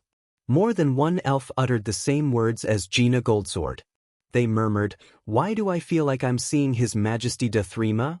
Looking at Duque preparing to cast a spell, every high elf suddenly felt that it was not so uncomfortable to let a human like Duque preside over the Well of the Sun. It was no longer a desperate and painful compromise for the continuation of their race and kingdom, but a true inheritance. When clouds surged, not just the wind and the clouds, but also magic power. Something was moving toward the Well of the Sun quickly. All the elves could not help but look at the red-robed figure by the Sunwell, the former Prince Kale. He should have left Cuel Salis a long time ago, but due to the pollution of the Sunwell, Kale, was summoned back again. However, there was no resentment on the face of this pure-hearted prince, only the same worry as the other elves. If he had not submitted to his father, perhaps he would have inherited the throne and made the painful decision of destroying the Well of the Sun. Right now, he was just a spectator. Your Highness, do you really not need our help? Great Astromancer Solarian whispered into Kale, that's ear. If you really don't need us, we might as well leave. From Solarian's point of view, she could either join in the operation to save the Well of the Sun in order to wash away the prince's shame and stain, or she could simply leave to protect herself. He would not be in an awkward position like he was now. Kale, that shook his head as if he was not answering the question.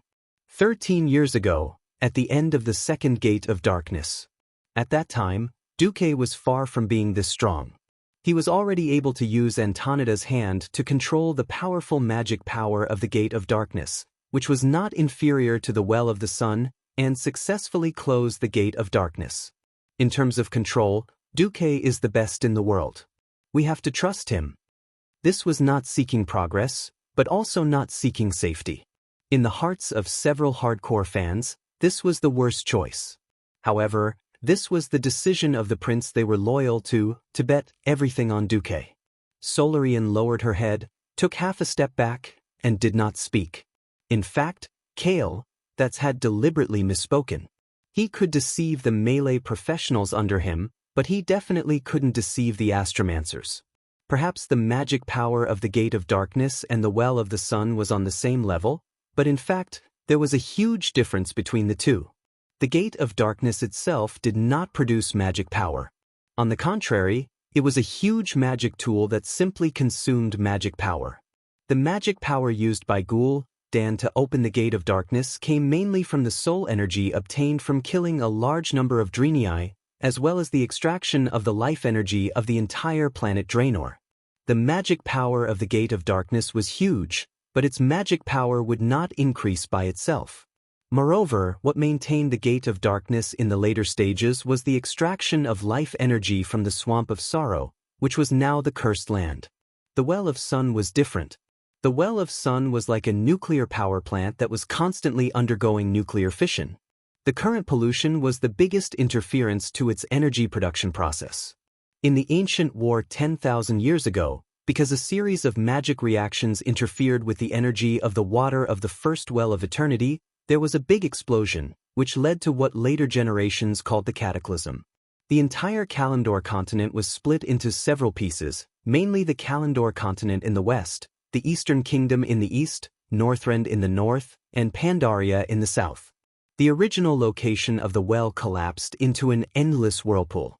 Thus, this tragic war was called the Ancient War. The Well of Sun also originated from the Well of Eternity. If it exploded, because of its relatively low energy level, it wouldn't be possible to blow up the entire Eastern Kingdom.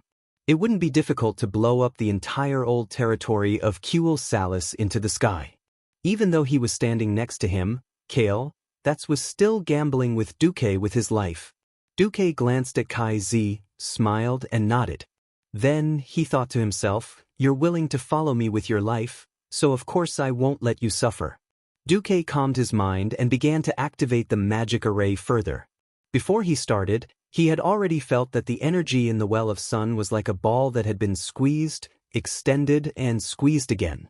If the magic power of the Well of Sun was flour, it wouldn't be a big deal. But in front of the magnification effect of the system ELF, which was like a super high-power microscope, Duque could see that the molecules of magic power had become very loose and unstable. The magic power molecules played out the process from birth to youth, to aging, to death. Each process became shorter and shorter. Duque gently pressed his hands forward. Suddenly, the muddy well water in front of him sprayed into the sky, turning into countless rainbows that flickered with strange colors, some of which Kale, had never seen before. The well water kept erupting, soaring into the sky with a momentum even more violent than a volcanic eruption. People who didn't know better would think that it was fireworks blooming in the sky, disappearing and blooming again. Each blooming became more and more mysterious and blurry.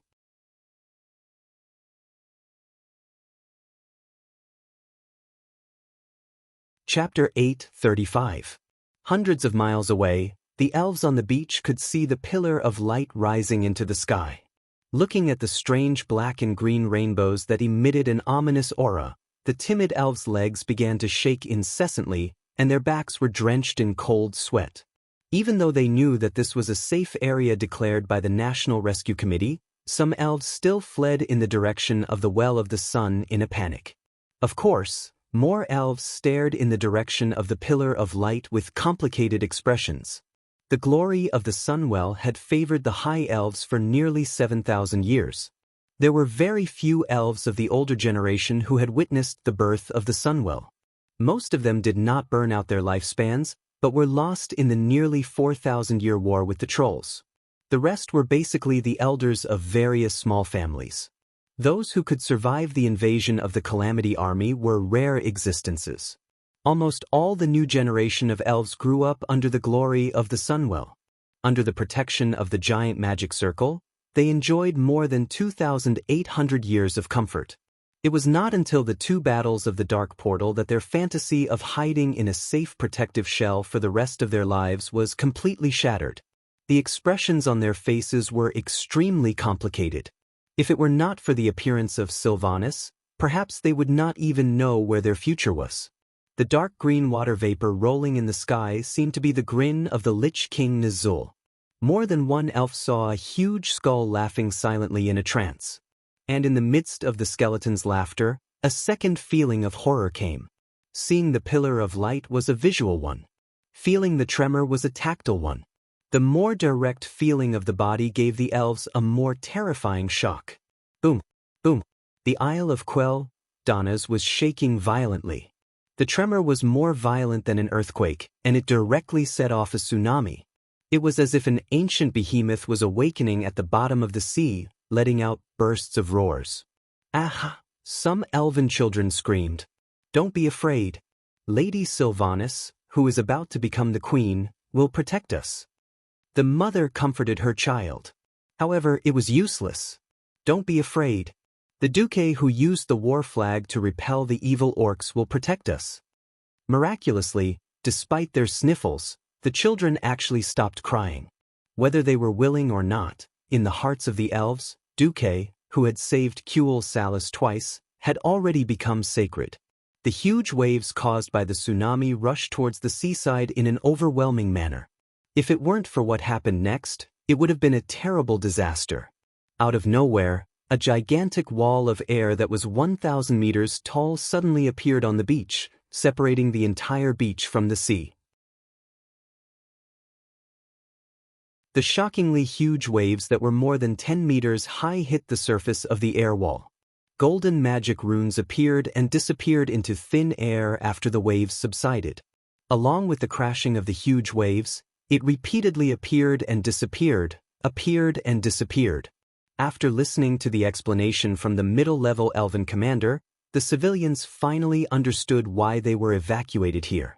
This was the magic array that Darima had left behind back then. It was to protect the people at the last moment in case the mana of the Sunwell went berserk one day and the elves had to evacuate.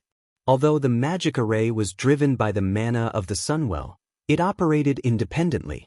It only needed to be recharged once a year to ensure that it could be activated at any time for the next year. Under the protection of the magic array, tens of thousands of elves silently watched the destruction of the Sunwell. That was the end of an era. Hot and turbid well water sprayed into the sky, and a blazing aura swept across the sky.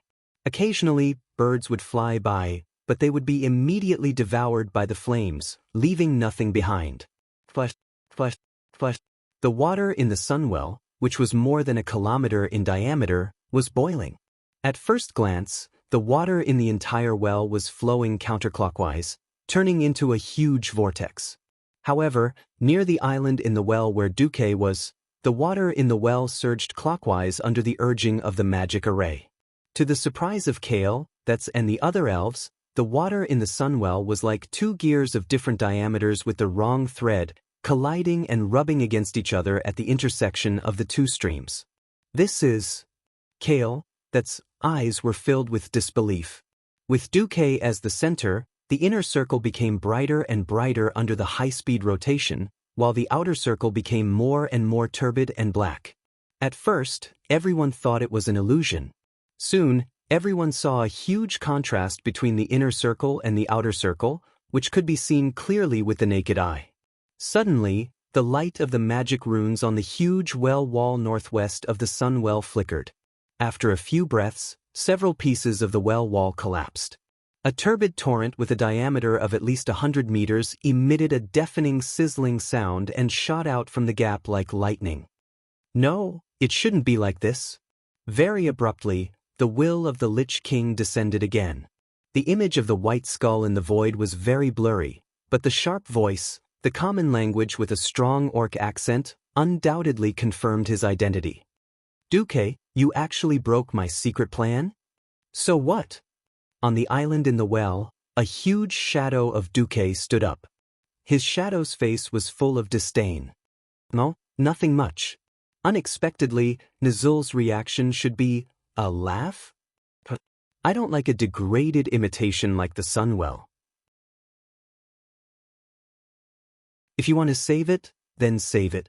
But soon you will know what I am going to do. Ha, ha. Accompanied by a burst of laughter, the will of the Lich King came quickly and disappeared without a trace. In the eyes of others, Nizul was purely there to watch. Only Duque understood the meaning of Nizul's words. It seemed that, as in history, Archimonde, one of the 3 giants of the Burning Legion, was about to arrive. What Archimonde was interested in, of course, was not the sun well made from a cup of water from the Well of Eternity. At least Nizul was not wrong. Even the current Well of Eternity was an imitation of the original. How could Archimonde be interested in an imitation of an imitation? Fortunately, if the Lich King did not come to make trouble, Duque's chances of dealing with the Sunwell were a little higher. Duque raised his right hand and made a pushing gesture. At the same time, the 100-meter-tall shadow of Duque did the same. For a time, the sewage from the Sunwell began to spin wildly on the seaside of the Isle of Quel Danas. Like a whirlpool, everything around it was sucked in. Trees, turf, gravel on the seaside, and even larger pieces of rugged rocks. Everything was crushed and then kept stirring in the whirlpool. Gradually, a ball larger than a hill appeared.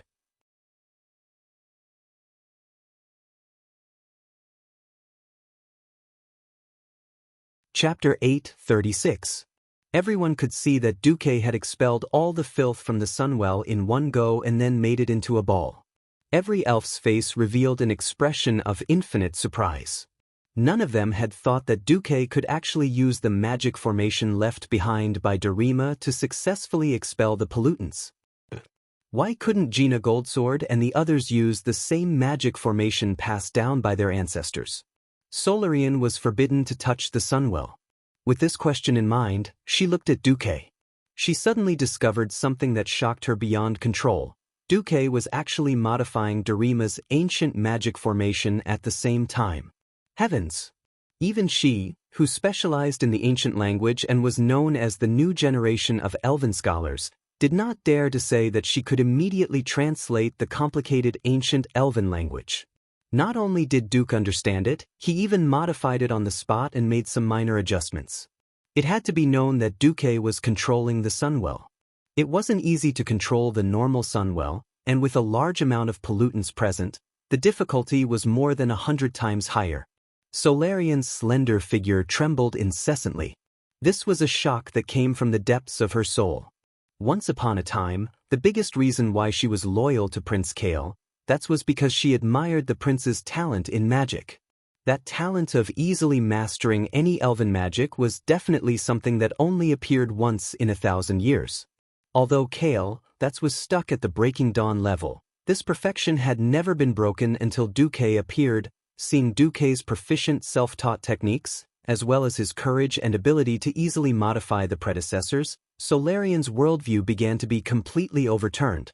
Kale, that was said to be a magic genius that only appeared once in 1,000 years, then Duque was one in 10,000 years. Without comparison, there would be no harm.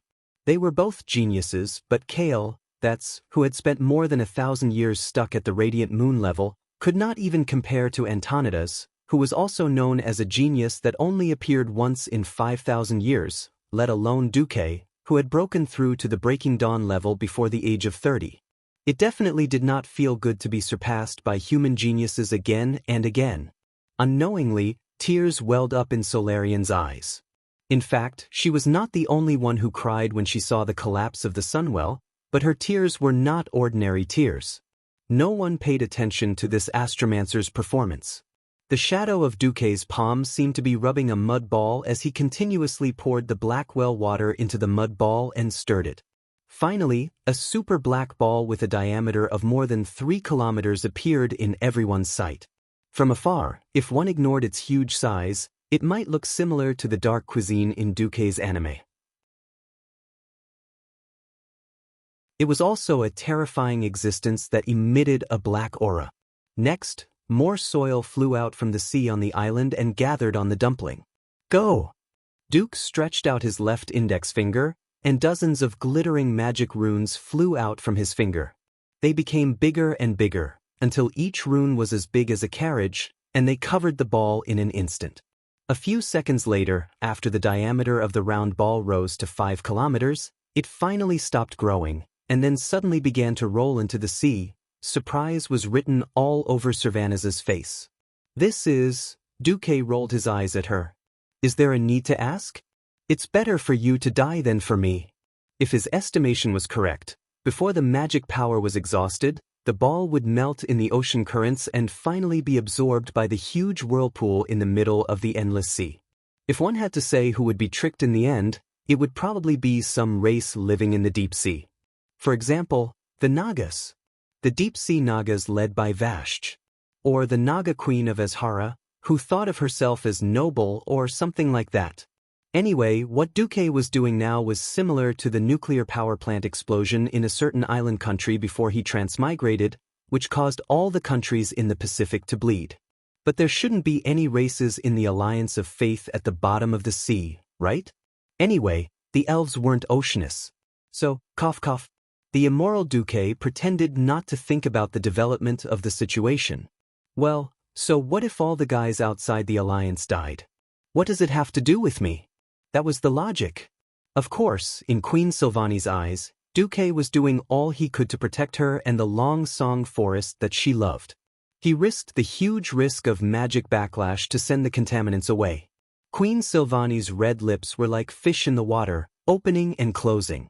Tears welled up in her eyes, and her entire chest was filled with love. The elves looked at the water level of the sun well, which had dropped significantly but had clearly become pure, with ecstatic expressions on their faces. Unexpectedly, Duque poured cold water on them. Attention! The explosion is coming! A loud roar scared all the elves nearby. They checked their protective magic arrays repeatedly. Because if the magic arrays were broken, not only would they die, but also all the witnesses under the protection of their magic arrays. Why would the purified sun well explode? There was a simple scientific principle involved here. Explosions usually consisted of two parts. One was that there had to be combustibles, and the other was that the narrow space was filled with dust or something. Duque was indeed discharging the contaminants, but the Scourge Army's contamination of the sun well was not as simple as solid particle contamination. If it was solid, like in a certain pure water advertisement, it would be solved with 18 layers of filtration. That was the contamination and impurity on the soul level. With the help of the system elves and magic arrays, Duque could indeed separate the uncontaminated well water from the heavily contaminated well water. But the part in between was not so easy to deal with. The simplest method was still to destroy all the well water in that part. But how? Suddenly, all the elves heard a loud roar coming from the ruins of Silver Moon City. A huge water elemental with a filthy aura all over its body stood up. Its body was dark green, and it was filled with a disgusting dark aura. It was extremely huge. Originally, only its head was sticking out of the city wall. As Duque continued to inject the impure sun well water into the branch of magical power that led to Silver Moon City, this polluted water elemental rapidly grew in size. In the blink of an eye, it became a super monster over 100 meters tall, and its body was still growing. Duke, what are you doing? Servanas let out a cry of alarm. Duke smiled lightly. It's a monster that uses pollutants as its core. It will instinctively absorb the pollutants in the well water as nourishment for growth. When it stops growing, it will be the time when all the pollutants are gone. However, we will need to pay a price to destroy it. First, we can't destroy it in the water. Then, destroying it will also require more magic power.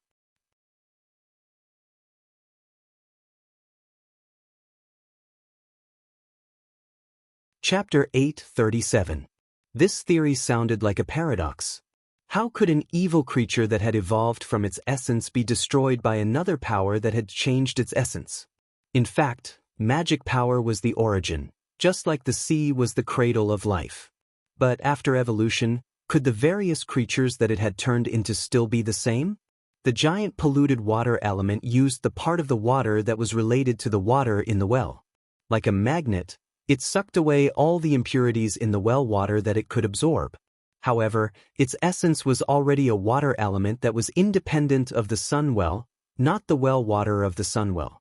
In the beginning, it absorbed the pollutants in the well water like rivers flowing into the ocean. However, with its poor intelligence, it could not understand that the power it absorbed was only a small portion of the remaining water in the sun well. Furthermore, it did not have the ultimate control of this power. After a few dozen breaths, it discovered, sullenly, that the polluted elements it desired would not come by themselves. Creatures instinctively pursued survival, even if it was a water elemental creature. It began to transform its limbs and absorb the pollutants from deeper and closer to the source. Unexpectedly, in the next moment, there was another wave of extremely large amounts of pollutants. This amount was so huge that it had to retract its limbs, or it would immediately burst from the huge amount of pollutants. It greedily and hungrily digested the new wave of pollutants, not realizing at all that the supply of pollutants had stopped, and that an incomparably large amount of pure energy was quickly being transformed into fire elements. The well water of the sun well was essentially liquefied arcane energy. It was like a huge arcane circuit and the foundation of all kinds of elemental magic power. It could indeed be transformed into various types of elemental magic power. However, the well water of the sun well was biased towards the fire element. If the efficiency of the well water turning into frost elements was 1, then the efficiency of turning into fire elements was 10. Otherwise, why would the Sunstrider's entire family play with fire instead of water and frost? This was also a local adaptation. The next moment, Duque activated a huge magic array that had been set up in the ruins of Silver Moon City yesterday. This was a medium-sized magic array that was based on the remnants of the original magic array. Of course, it was incomparable to the huge magic array that had been set up in the Long Song Forest, but it was enough to deal with this water element. 72 scorching golden magic chains appeared out of thin air, easily capturing the water elementals who were immersed in the pleasure of increasing their power. At this moment, the huge water elemental, which was more than 200 meters tall, was forced to compress its body in the net. It was extremely suffocating in the shrinking space. It had no choice but to bend its body, turning from a burly fatty into a huge water ball. Roar! A beast-like roar resounded throughout the ruins. The polluted water elemental opened its 2 huge dark green eyes and looked around, trying to find the enemy who trapped it. The dirty water elements in his body suddenly boiled like an erupting volcano. His terrifying strength was enough to stand at the peak of the mortal world. Coupled with the abundant magic power that had been strengthened, this shocking aura was enough to make any mortal below the heroic domain faint. Unfortunately, its power, its violence, and even its very existence were only a part of Duque's plan. Explode! Duque shouted. A huge beam of light that was not inferior to the one that he had used to detonate the sun-chasing royal court that day suddenly appeared under the feet of the water elemental, and in an instant, it was completely wrapped in it. Gua! After a strange cry with unknown meaning, it was followed by a dazzling light for a full 10 seconds, followed by an earth-shattering roar that made every elf's sensitive ears ring. In their field of vision, gravity seemed to have disappeared, and countless large and small stones were blasted into the sky by the huge impact. The small ones were only the size of a fist, the bigger ones were like carriages, And the bigger ones were the fragments of the rose-colored mage towers that had once stood in every corner of the entire city. The ruins of these mage towers that had collapsed into several sections were still relatively well preserved because the towers had been hardened and engraved with a large number of magic-resistant runes. But now, they had suffered a second explosion. The previous explosion only detonated one branch vein. This time, it was a big explosion that occurred with the full supply of magic power from the Sunwell itself. Rumble! The huge explosion could be clearly heard hundreds of kilometers away. The elves by the sea watched this scene in horror. Even though they had long been informed that the ruins of Silvermoon City would be abandoned as the price to save the Sunwell, they had never imagined that Silvermoon City, which they had regarded as a symbol of glory for thousands of years, would be blown into the sky. It would be so shocking and soul-stirring. The laymen watched the show, while the experts saw the artistry. At this moment, countless high-level mages had already seen that the explosion was only for show. Along the walls of Silvermoon City, huge beams of light shot into the sky. They formed a three-dimensional magic formation that limited the direction of the explosion and the shockwave. It could only develop upwards and not horizontally. This had become the most prominent feature of the industrial age on Earth. The chimney. The so-called chimney was actually a damn thing that harmed others without benefiting oneself. The pollutants seemed to float away into the sky, but in reality, after floating in the atmosphere, pollutants that were heavy enough would eventually fall. Looking at the notification from the system ELF, according to the current data monitoring and the collection of the ocean airflow, it is determined that 99.8% of the pollutants will float away along the air current of the endless sea. It is estimated that 63% of the pollutants will fall into the endless sea, and 38.2% of the pollutants will float away along the stratosphere of the world of Azeroth, eventually landing on the other side of the sea in Azhara and the land to be named Durotor, as well as several areas further west. The remaining pollutants cannot be calculated. There will be 0.2% of the pollutants remaining in the ruins of Silvermoon City. Yes, Azhara was the territory of those demons, satyrs, and whatnot. No problem. Durotor. If a certain chief still decided to build Durotor there, then no problem. Still the same sentence. If it's not the territory of the Alliance, it's none of my business. Someone with a dark heart chuckled. The elves could not possibly know what Duque had done. They only knew that what they had dreamed of and wanted to see had once again appeared in front of them. It was the crystal-clear water of the well. It was holy water that glowed with golden light. It was the glory of the high elves that had been passed down for nearly 7,000 years.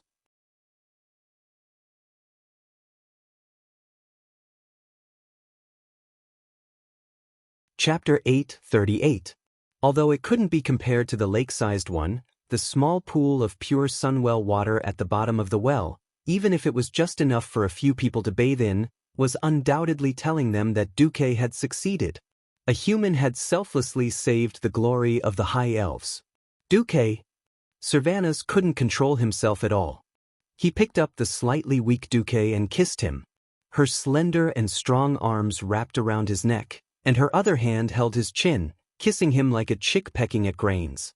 Well, if the one taking the initiative was a man, there would be no problem at all. Unfortunately, the one taking the initiative was Queen Sylvanas. Kisses fell like rain, and Duque was dumbfounded. To make matters worse, due to some unspeakable reason, his body was 90% paralyzed. Woo-woo. Although it wasn't bad, Duque felt a sense of sorrow, as if he had lost his manhood. He almost burst into tears. Kale, that smiled faintly. Hadron couldn't stop laughing. Lore. Thema held her forehead, speechless. Gina Goldsword suddenly thought of King Dalin. Riadaline seemed to be in a dilemma, and Lillis's mouth was in an O shape, mumbling something like, brother-in-law, second brother-in-law, and third brother-in-law are all Duque? After a while, Servanas suddenly realized that he had been a little too enthusiastic. He screamed, and disappeared from the sight of the high elves in a few leaps. The pitiful Duque fell flat on his face, and it took him a while to come back to his senses. Unfortunately, his mind was still spinning, and in the end, It was his maid, Vanessa, who sometimes did naughty things, who rushed over and picked him up. "Duque, are you all right?" Vanessa asked. "Lord Marcus, what's wrong?" Thema asked nervously. Yes, Servanas, who had returned from spying somewhere, also sent a nervous whisper of the wind. "I forgot to ask you, are you all right?" Duque smiled bitterly and said, "I'm fine. It's just that controlling such a complicated and difficult magic array consumed too much of my physical and mental power." This sentence was, in fact, an absolute lie. At this time, Duque looked inside himself and saw that his body was like a huge universe. The thick magic circuits were like rivers in the sky, and the magic nodes formed by the intersection of each circuit were like stars, blooming with dazzling brilliance. Between his eyebrows was the Earth imagined by the master of the stars, Duque. Using Earth to control the solar system, using the solar system to control the entire Milky Way, and using the Milky Way to control the entire universe. Of course, the idea that Earth was the center of the universe was purely a delusion of the ancients. Who asked Duque to be an Earthling? Therefore, Duque, who was an idealist, had unknowingly taken Earth as his boss. He would control 10 with 1 and control 100 with 10. He would continue to expand and eventually control everything in the internal universe. If he had not reached this step, Duque would never have imagined that the mind and soul of a human could be used to create such a complicated and even inconceivable super magic circuit system in such a small area of the human body. As expected, the mysteries of the human body cannot be explored to the end even if you exhaust your entire life. The human body is a huge treasure trove. The soul is the treasure trove of treasures, the most dazzling jewel in the crown. Duque was still in awe. On the other side, Duque could not help but snicker at the system elf's evaluation of him as a level 5 Breaking Dawn Great Wizard. Right? That's right. At this moment, Duque could truly be considered to have stepped through the threshold of a Breaking Dawn wizard and rushed from a level 6 star to a level 5 star in one spurt of energy. It couldn't be helped. If it were an ordinary wizard, they might not be able to wait to advance after obtaining Antonida's pile of magic circuits. Duke couldn't do it. Back then, when he had opened the magic circuits of ice, fire, and arcane magic in one go, he knew that he would need at least 3 times more magic circuits than a mage of a single element in order to advance in rank. In fact, according to the system elf's calculations, to perfectly advance the 3 evolved magic circuits in the Dragon Slumber Temple, the total amount of mana needed was not 3 times, but 3 to the power of 3. How much was 3 times 3? And then 3 times 3. That was right. That's 27 times the insane amount. The magic circuits that Antonidas had provided had only reached the standard of 3 times, which was far from enough. Thus, even though Duque had the aura of an incomparably powerful Breaking Dawn wizard, he was still a radiant moon deep down. However, everything was different now. Blowing up the Sunwell had caused an astronomical amount of mana to evaporate and disperse into the air due to the explosion. As the main controller, Duque had obtained the greatest benefit. 90% of the remaining batch of pure Sunwell water had been compressed and stored in Duque's body under the cover of the explosion. It was all used to build his magic circuits. In such a short period of time, Duque's magic circuits had expanded more than 100 times. But because Duque used all the mana to build the magic circuits in his body, it gave others the feeling that Duque had been hollowed out. A bunch of elves shed tears of gratitude for a super thief who had almost scooped up the entire Sunwell. Perhaps, this was Duque taking advantage of the situation and still pretending to be innocent? Even Best Actor Duke had to endure for a long time before he could barely hold back his laughter. Of course, if it weren't for Duque expelling the pollutants, the Sunwell would have exploded. Duque panted heavily. The Sunwell is now purified. Unfortunately, the loss is too great, so it can't be used for the time being. But as long as it's well kept, it should be able to recover 1/10 of its original energy in 100 years. Thank you, Lord Marcus. Long live Lord Marcus. Praise you, you are the eternal brother of Sindorii. The elves cheered loudly. For the Blood Elves, who had thousands of years of lifespan, it was good enough as long as there was hope. What was a mere 100 years? All of the elves were applauding with all their might, and all of their beautiful faces were glowing and brimming with smiles. The weak Duque waved his hand and left the Sunwell with the help of Vanessa and Sylvanus, who had run out again. After leaving the Sunwell Highlands, Duque suddenly saw Bendis pacing back and forth anxiously at the gate of the Sunwell Highlands. Seeing Duque come out, Bendis was delighted at first, but then he froze. There was a worry on his face that couldn't be dispersed. Duque even saw the muscles on Bendis' face twitching slightly. "What's wrong? Just say it. Although I can't fight for now, I'm still the commander of the Alliance." Bendis gritted his teeth. "Stratholme is under siege."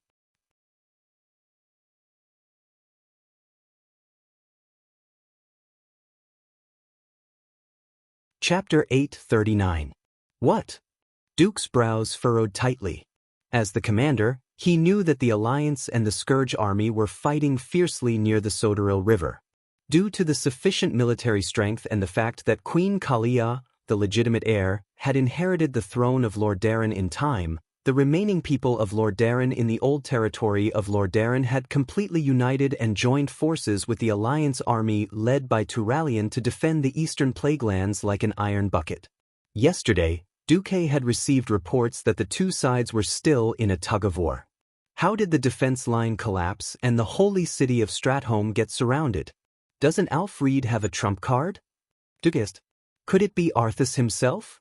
The trump card referred to dumping a large amount of holy water upstream of the Sodoril River. Holy water was harmless to living beings, but to the undying, it was even more toxic than poison. Many times when the defense line at the Sodoril River was about to collapse, the Scourge army had to rely on the holy water to cut off their offensive. Without reinforcements, no matter how strong the undead were, they would not be able to withstand the assault team personally led by Sidon Dathrahan or Turayan. Bendis shook his head. No, it's an Astrian. The former king personally used large-scale earth magic to change the course of the Sodoril River. Duque bared his teeth. Damn it. So many variables. At this point, he could only take it one step at a time. In history, Arthas first settled Lordaeron internally, then went north through Stratholme to destroy Cuel Salis. Then he went south, ignoring the trembling Iron Stove Castle dwarves and the people of Stormwind City. He killed his way to the Blasted Land and summoned Archimonde's shadow at the Dark Portal. Finally, he turned around and flattened the Dalajan. In a sense, he had turned the entire Eastern Kingdom upside down. When he had no more goals, he returned to Lordaeron to rot, until the news of Archimonde's defeat came. The history that Duque was familiar with could basically be thrown into the endless sea, as it could only be used as a reference and not as an accurate one. They had saved Stratholme, only to be attacked by a Nastrian's personal army. It felt like they were in a mess. There were two reasons why Bendis had come looking for Duque. Firstly, most people believed that only a Breaking Dawn mage could deal with a Breaking Dawn mage. Secondly, the vanguard of the Scarlet Cross had rushed into Stratholme before the main army. If it was purely military reinforcements, it would definitely be a good thing. The more reinforcements there were, the higher the chances of defending the city. The problem was that there was a Breaking Dawn Great Mage on the other side, which meant that Stratholme would become a land of death. Of course, there was a reason why Bendis was in such a hurry: Stratholme City. The Azeroth human kingdom's economic system was more similar to Earth's medieval Western European feudal society. Basically, it was already amazing for a kingdom to have a decent main city. Most kingdoms only had one main city, which was called a city. The rest were towns or even lower settlements. Lordaeron, once the strongest human kingdom, was an exception. The two main cities were both a symbol of Lordaeron's strength and glory. As long as the holy city of Stratholme didn't fall, the people of Lordaeron could claim to the world that Lordaeron hadn't fallen. The battle around the city walls had entered a critical moment. A slim figure in red armor stood fearlessly on top of the city walls. She raised her hand and said in a slightly neutral voice, "Fire arrows." Behind her was a large number of archers with their bows knocked, their arrowheads wrapped in oilcloth lit with fire. They stood on the side of the city walls, in a temporary archer's position that had been rebuilt from flat roofs. Following her command, countless fire arrows shot into the sky at a 45-degree angle. When the arrows began to fall under the influence of gravity, they fell like a meteor shower onto the empty ground hundreds of meters away. The fire arrows ignited as soon as they came into contact with the flowing kerosene on the plains. The impure black kerosene immediately turned into thick smoke after it was ignited. If the attackers were humans, they would definitely be choked to death, unable to form any kind of formation. However, the enemies were the Undying who felt no pain.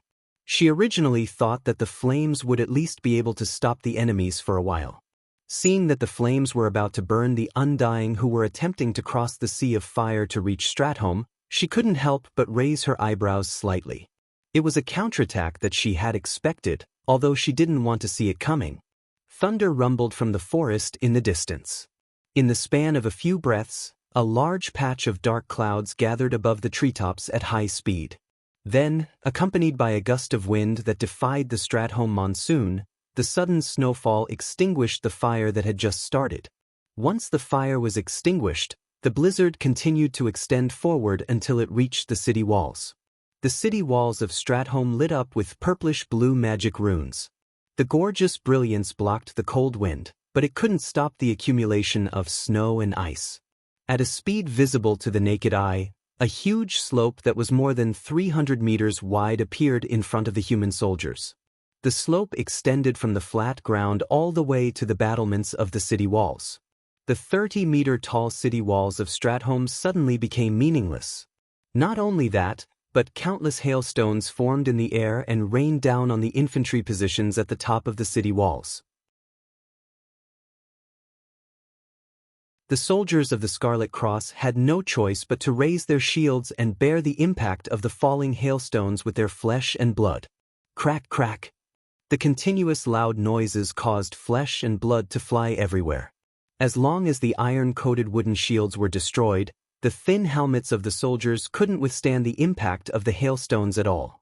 In an instant, there was a cacophony of screams.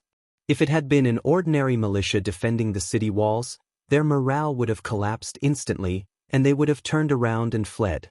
Fortunately, the soldiers defending the city walls were the toughest, most fanatical, and most capable soldiers of the Scarlet Cross in the entire Rotterdam. Even though the neat formation was full of holes from the hailstones, the soldiers who could still move immediately struggled to get up when the hailstones slowed down.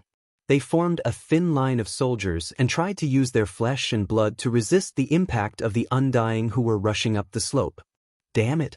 Can't you mages do something? The female colonel in blood-red armor yelled angrily. Her angry yet determined gaze and manly movements formed a sharp contrast with her sexy and charming figure. It was so strong and shocking that it left a deep impression on the soldiers. Unfortunately, her roar didn't get any response. Almost, finally, a red-haired male mage with a scar on his nose stood up shakily. He smiled bitterly and said, "No matter what, I can't let my master, Duke Marcus, down."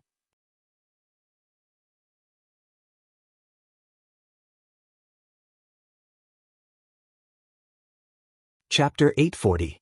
The cold wind tore at Ronan's red hair, his face brimming with fighting spirit. The wizard who had taken the initiative to come to the front lines smiled. Looking at the one and only disciple of Marcus, the blonde female knight in red armor who was brimming with holy light revealed a doubtful gaze. "Are you all right?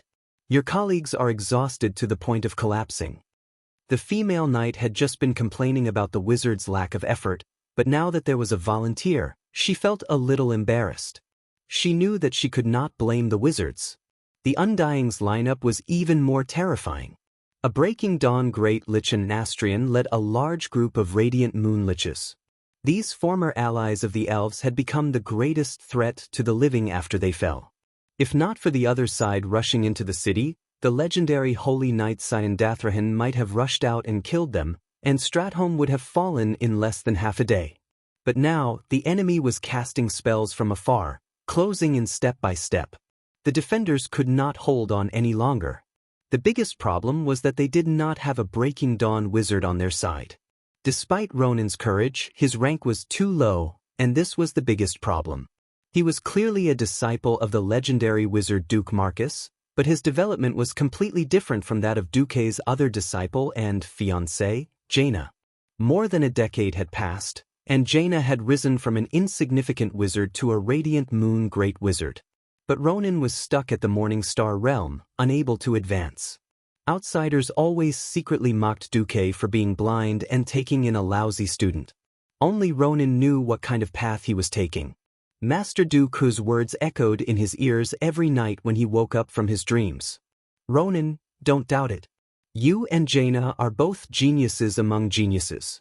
But the two of you have completely different paths to walk. Jaina's forte lies in change. Using limited magic to create the greatest change and damage is her path. And your path is the arcane magic. As the foundation of most elemental magic, the arcane magic has never been the most offensive, but its endurance is the best. If Jaina needed mana to become a Breaking Dawn great wizard, then the mana you needed would be the Endless Sea. It sounds unfair to you, but when you succeed, you'll realize that you're far more powerful than Jaina can imagine. No one else knew that ever since 13 years ago, Duke had sealed 90% of Luo Ning's magic circuits with Luo Ning's consent. He could clearly feel how exaggerated his arcane circuits were, and how shocking the magic power flowing in them was, but he could only use 1/10 of it. What kind of grievance was this? What kind of oppression was this? More than once, Luo Ning wanted to tear off the seal on the circuit. Duke did tell him the method to tear off the seal. At the same time, he had another order. I won't let you die without opening the seal. What you need to do is just to accumulate your strength. The later you break the seal, the stronger the power you will be able to unleash. The decision is in your hands, your hand. Back then, Duke had sent Luo Ning away knowing that there would be a battle in Karazhan. That deep blessing still echoed in Luo Ning's ears. So many years had passed. Even when his master was not around, the Marcus family's support for Luo Ning had never decreased. They provided Luo Ning with everything he needed, in accordance to the standards of a peak radiant moon wizard.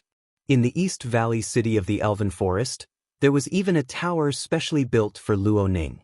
On the surface, it was a radiant moon tower, but in reality, it could be expanded into a Breaking Dawn tower at any time. All of this made Luo Ning feel that Duke was indebted to him. Luo Ning looked at the radiant moon lich that was less than 100 meters away from the city walls, surrounded by Death Knights. He could feel the female Holy Knight's hope, and with the two remaining radiant moon wizards of Lordaeron injured, Luo Ning said heroically, "Colonel Abendis, I can try." Yes, in front of Ronin was General Abendis's daughter, Bridget Abendis. She had entered the battlefield when she was only 14 years old, and in the past 3 years, she had made countless contributions in the small-scale battles against the orcs. Now, at the age of 17, she had already become a colonel. Bridget's beautiful golden eyebrows raised, and he asked, "How confident are you?" 30%. Oh. Without saying anything else, Bridget raised the white kite shield in his left hand and gripped the warhammer in his right. Luo Ning frowned. "You're betting 30% with me?" Dalajan. You will never understand the weight of the word Stratholme in the hearts of the people of Lordaeron. Just like how we cannot understand your Dalajan's obsession with magic. This probability is enough for me to bet my life 3 times. Not to mention that you are Uncle Marcus' disciple. 5 times is enough. Bridget laughed out loud. Is that the dusk of desperation? Is that the darkness of the banners? Under the leadership of a female knight who could be considered a young lady, less than 100 Scarlet Cross soldiers and a red-haired mage launched a desperate counterattack against the undying army of the Scourge army that was surging towards them.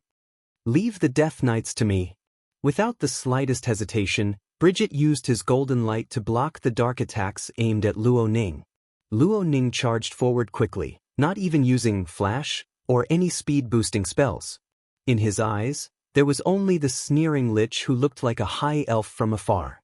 As a lich who had voluntarily turned into a human, the former Silver Moon counselor had a face that was more resistant to decay than ordinary undead.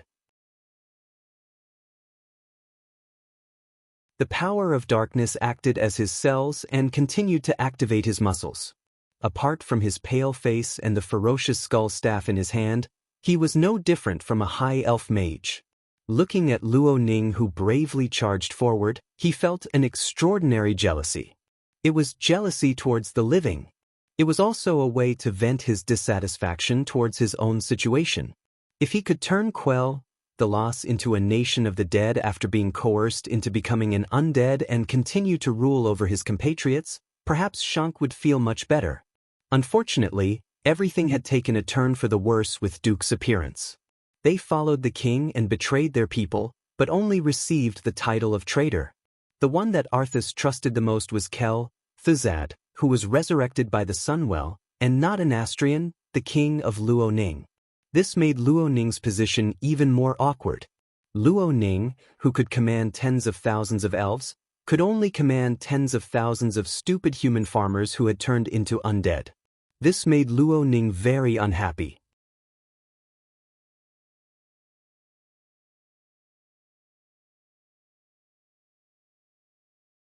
Chapter 841. He felt that this was a real demotion. However, being able to take down Stratholme, which the damned Lordaeron valued the most, would make His Majesty's position even more secure. He was disdainful of the red-haired human mage who had charged into the fray, until he saw the golden emblem of the Marcus family, Duke Marcus? Him again. Not every member of the Marcus family had the right to wear the gold-rimmed blue storm crest. Only the core members had the right to wear it. The middle ones had silver edges, and most of them had copper or the more common black iron edges. The Lich laughed loudly. "Ha! You must be that useless disciple of the Marcus family, right? The Ronin who couldn't even advance to Radiant Moon after more than 10 years? Trash Ronin seemed to have become a common meme used by the Alliance and the Calamity Army. 13 years ago, Ronin had killed his comrades in the Dalajan and was forcefully taken in as a disciple by Duque.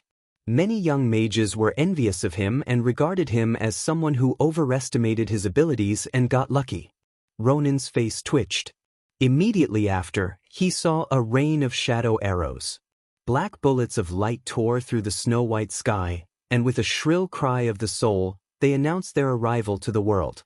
Before the black rain of light could pour down, the Scarlet Cross warriors at the front had already fallen to the ground, clutching their heads in pain from the terrifying sound of their souls. In an instant, there were only 2 people left in the charge. One was Bridget, who raised his shield and charged into the encirclement of 5 Death Knights with an unstoppable momentum. The other was a red-haired mage who maintained his spell-casting posture while running at high speed. Countless people panted heavily on the battlements as they stared at this strange duo, a slender yet incomparably violent female holy knight, and a burly yet agile middle-aged mage. Perhaps they had lost their ability to fight due to the hail, or perhaps they did not have the courage to stand up due to fear. Even if they were waiting for the judgment of death, it did not stop them from looking at the final ray of hope that would charge out of this section of the wall. Would it be a deeper despair? Or would it be redemption filled with hope? No one knew what they were feeling at this moment. All they knew was that their gazes had been captured. "I am Ronin, a descendant of the Dalajan mage, inheritor of Duke Marcus." A self-satisfied shout was heard, followed by a seemingly ordinary arcane missile. Arcane missile, the most basic arcane offensive spell. 70% of Earth mages knew how to do it. However, it wasn't that there weren't many people who could play as well as Ronin, it was that there were none. It was just an arcane missile, but the onlookers felt as if they had seen a falling comet. Resplendent, dazzling, it was filled with the shock of tearing apart the heavens and earth. In the blink of an eye, the arcane bullets seemed to have split, and 4 new arcane bullets appeared in 4 directions. Luo Ning had already reached the limit of what a Morning Star wizard could do. The Lich's countenance changed slightly, the spiritual light flickering in his turbid eyes seemed to waver, but he still did not care. Even if a Morning Star wizard gave it his all, he would still only be a Morning Star. The difference in mana density and energy rank was enough for him to ignore Ronin's attack. In theory, that was the case. However, in the next moment, something that shocked him so much that his jaw almost fell off happened. 8 lifelike magic hands appeared next to the 5 arcane missiles. This time, 8 arcane missiles appeared. If his calculations weren't wrong, these 8 arcane missiles would hit him first even though he was the one who came later. This was definitely not at the level of a morning star. As expected, in the next moment, Ronin's surging mana appeared along with the 8 magic missiles. 1 step, 2 steps, 3 steps. In just 3 steps, Ronin's aura unreasonably broke through the limits of a morning star and charged straight into the radiant moon realm. He was not an ordinary radiant moon either. The arcane spell radiating from his body flickered like lightning. In this snow-covered battlefield, almost every inch of the snow reflected Ronin's purplish-blue radiance. "This is impossible," the Lich cried out. Since ancient times, there had been cases of wizards advancing in battle. Those were isolated cases, and most wizards who advanced in battle had unstable auras. The sudden increase in mana was not something that a temporarily expanded magic circuit could easily adapt to. Ronin did not have this problem. Not only did he operate his circuit with ease, he seemed to have perfectly inherited his Master Duque's name of 100 Hands. Even more magic hands appeared around him. If the attack formed by the 13 magic missiles already looked like a purplish-blue awl, then after more magic missiles filled up the empty space around it, the range and number of missiles increased, easily surpassing the level of an arcane barrage. It became a terrifying attack that was not inferior to a torrential rain. To the onlookers, Ronin did not seem like a magic attack at all. It was like throwing a Christmas tree made of highly concentrated arcana magic power onto the Lich's face. "No!" The Lich screamed and flashed more than 100 meters away. Who knew that the arcane Christmas tree would accelerate under Ronin's control, drawing an unbelievable arc in the air and exploding the Lich. It looked like Ronin had used his small body to swing a huge blue machete that was more than 40 meters long and ruthlessly slashed at the dodging Lich. Bam! There was a huge explosion, and the Lich was blasted into smithereens without any suspense. Perhaps in the near future, he would be resurrected by the Lich King or the fallen Sun King. At least for now, he would not be able to cause any trouble to the defenders. Long live Ronin! No one knew who shouted first, but in an instant, deafening cheers sounded from the entire Stratholme west wall. While the Death Knights were stunned, Bridget used the warrior's signature skill, Shield Bash, and smashed the head of a Death Knight into smithereens. He then smashed the entire right arm of another Death Knight with his hammer and killed his way out of the encirclement, reuniting with Ronin. Hearing the cheers, Bridget smiled and said, "Uncle, well done." Just as Ronin was about to say something, something strange happened. Without any warning, a skinny finger with a shiny golden ring appeared in the air, and a cold light shot out from the finger, piercing through Ronin's 2 magic shields. Under Bridget's astonished gaze, Ronin's shoulder was pierced through, blood spurting out 4 to 5 meters away. The huge impact sent Ronin flying.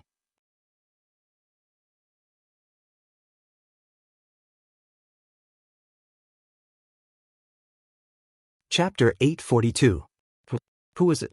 Who could defeat a wizard who had risen to the peak of the Radiant Moon realm in one move? Everyone already had the answer, but none of them wanted to admit it. A rising human powerhouse had been defeated by an even more powerful and evil existence the moment he reached his new peak. 200 meters away from the city wall was a Lich dressed in luxurious clothes. His red robe with golden edges was a stark contrast to the blizzard, announcing his identity, the fallen Sun King, a Nastrian Sunstrider. His words were filled with endless darkness, and his voice spread throughout the battlefield. "Peak of the Radiant Moon realm? What a good seedling. Or should I say that you're worthy of being Duke Marcus's disciple? That's precisely why I want to destroy you." A Nastrian spread his arms wide, his fiery red robes like a huge bleeding heart that stimulated the visual nerves of every living person. Cough, cough. Ronin clutched his shoulder, struggling to get up from the ground in pain.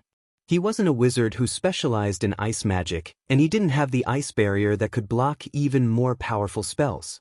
The weak survivability of an arcane wizard was completely exposed at this moment.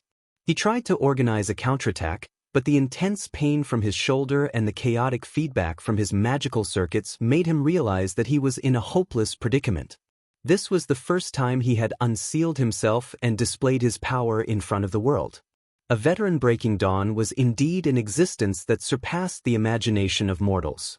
Anastrian ignored Ronin's reaction and continued, "Duke, what a hateful name."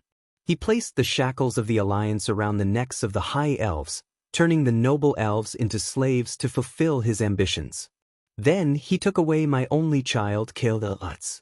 Duque, his sins are so grave that even extracting his soul and burning it with soul fire for 10,000 years won't be enough to quell the hatred in my heart.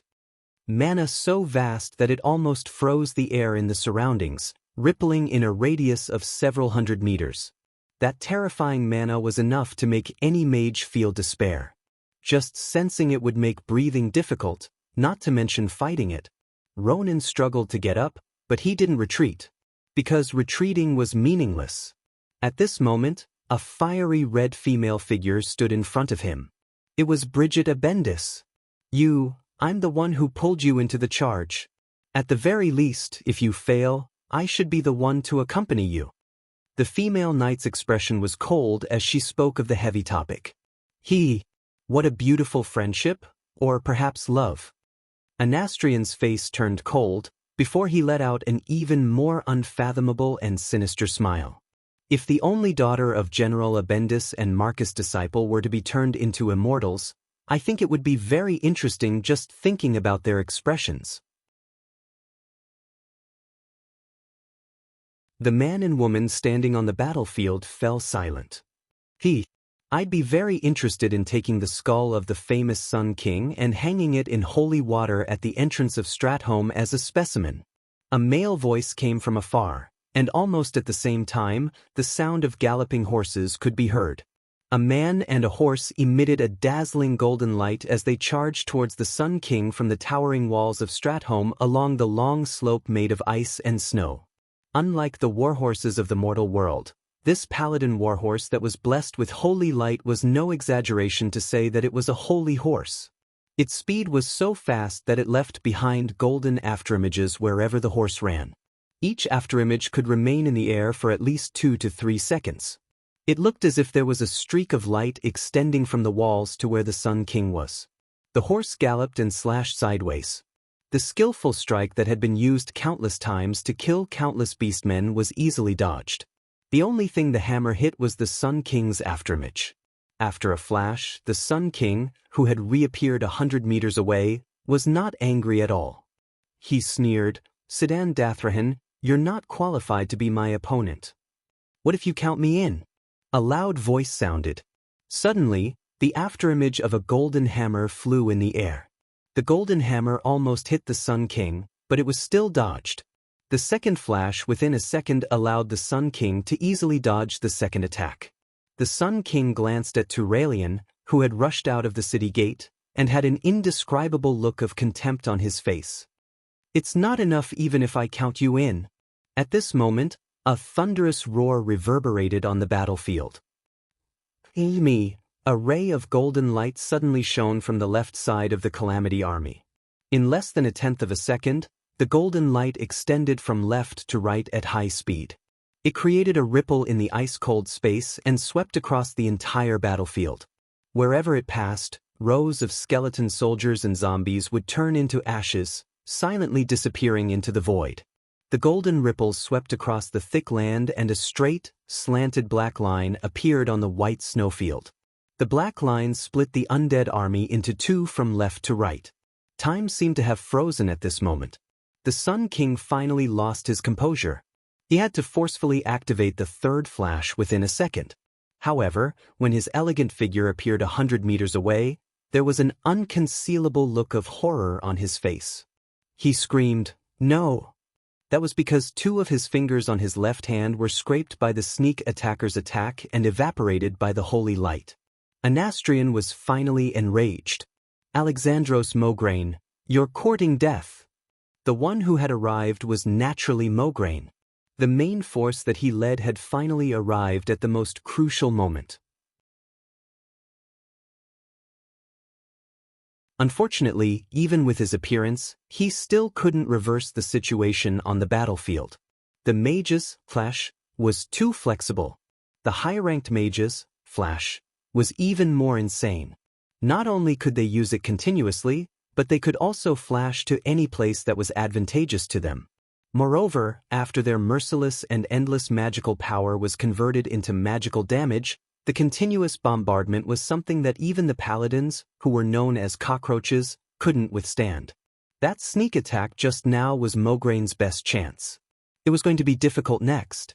If there were no accidents, the 3 paladins of the Alliance would be beaten up badly. All they had to do was use the powerful holy light to delay the moment of defeat. At this moment, without any warning, a golden illusory hand appeared out of thin air and grabbed Anastrian's body, pressing the Great Lich's head onto the battlefield. White snowflakes flew everywhere, revealing the solid black ground below. Anastrian's dead face and the crown on top of his head were pressed against the ground and rubbed forcefully. A familiar voice sounded. "Yo, Sun King. You purposely came to bully my disciple. You're really something."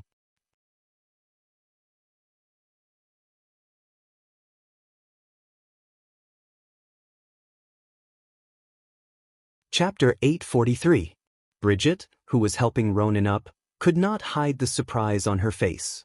Dathrahan, Turalian, and Mograine also had expressions of surprise on their faces. Other than a certain weirdo, only Breaking Dawn Archmages could deal with Breaking Dawn Archmages. This was a consensus, more like common sense. If there was anyone in the Alliance who could fight against the fallen Sun King Anastrian, then that person would be Duque. Wasn't Duque helping those long ears deal with the contamination of the Sunwell? Already done? The 3 holy knights galloped towards the young figure who had stepped out of the portal and appeared in the middle of the battlefield.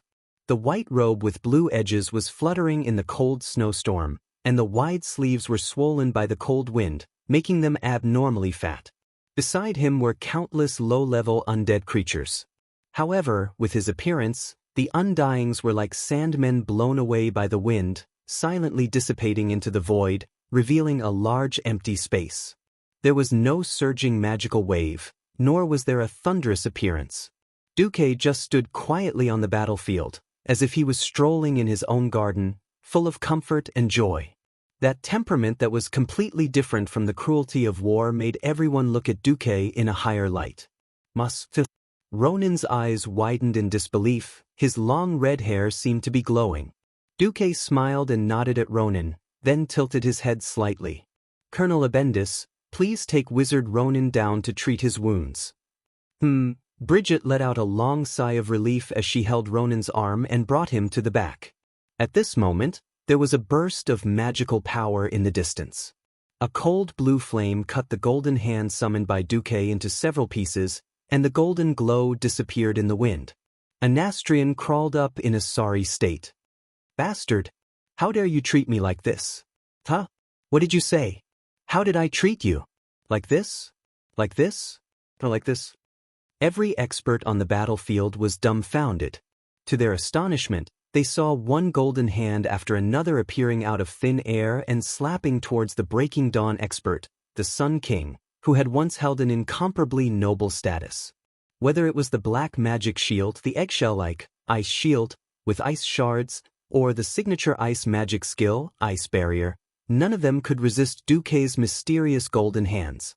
Although none of the golden hands seemed to be able to inflict serious damage on the Sun King, it was still a slap to his face. These golden palms felt like phantoms. They easily passed through the Sun King's defense and slapped his face and body. As a lich, they were practically immune to physical attacks. Their rotting bodies did not have a single spot that could be considered fatal. As long as the phylactery was still there and the lich's soul was not damaged, they could resurrect infinitely and come to trouble you infinitely. It wasn't that Duque didn't understand this, but he just wanted to slap the Sun King in the face. A left slap. A slap to the right. A slap to the left and a slap to the right. Isn't this possible? Anastrian was dumbfounded. He had no idea how Duque had done it. It clearly looked like a holy attack, but the dark magic in his body did not react at all.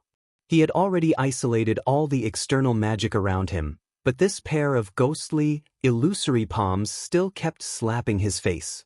Compared to the insignificant physical damage he had suffered, the damage to his spirit was greater. How could the once lofty Sun King, the elven hero, whose pride had exploded, withstand such an insult? He was almost going crazy. Finally, he could not take it anymore. He took out a very warrior-style helmet from his spatial bag and put it on. The small magic formation activated on it finally isolated Duque's seemingly nonsensical magic attacks. Even so, he had lost all his face. Duque, do you really think that all Breaking Dawn mages have the same strength? You just dealt with the crisis at the Well of the Sun and are exhausted. If we really fight, how can you be my match? The Sun King's shout made everyone's hearts hang in the air again. Duque had just dealt with the Well of the Sun and rushed over? Duque shrugged. It's indeed quite tiring to deal with the pollution at the Well of the Sun, but I can still kill you. Anastrian had once thought that as long as he did not have the support of the Well of the Sun, he would definitely be able to beat Duque like a dog under equal conditions. But obviously he was wrong. He could not figure out how Duque had managed to hit him just now. He only knew that it should have nothing to do with magic. Gritting his teeth, Anastrian fell into deep hesitation. He didn't know if he could deal with Duque, especially with Mograine holding Ashbringer and glaring at him like a tiger watching its prey. If he lost to Duque, the worst that could happen was that his body would be completely destroyed. Losing his original body was not fatal for a great lich, but it would not be fun at all if he was hit by the terrifying Ashbringer.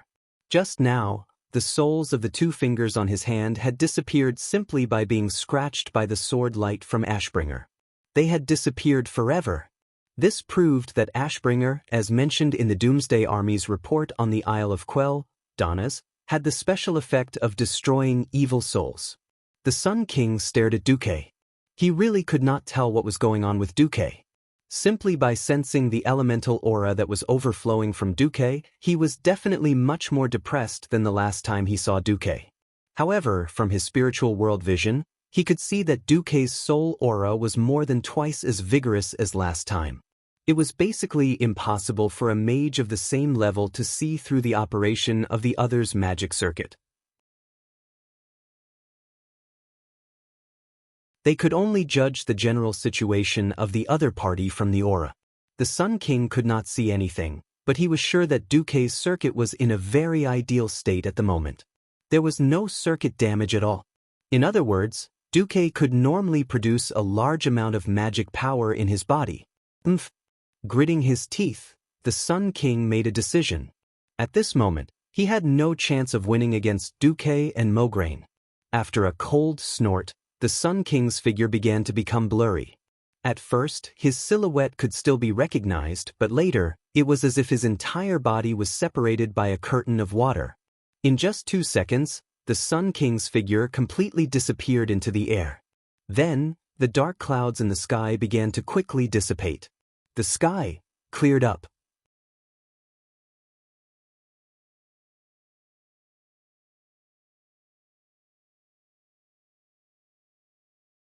Chapter 844. The canopy of the undead in the sky had become the Calamity Army's signature attack. Almost as soon as the black sky receded, on the city wall, the distant army formation began to reverberate with cheers like a tsunami. The allies of the Rotterdam Kingdom were overjoyed. Ever since Arthas killed his father, a huge stone had been weighing on the hearts of the people of Lordaeron. Is Lordaeron going to be finished? Is the Menethil royal family going to end? Do we still have a future? Do we still have hope? In the end, Princess Kalia, who had been declared dead for more than a decade, magically appeared at the critical moment and stabilized the scattered hearts of the people. Then, with the addition of the Dark Portal's frontline army, they finally managed to defend the last psychological support of the people of Lordaeron, the holy city of Stratholme. This directly raised the morale of the people of Lordaeron to the peak. Long live The Holy City bless us.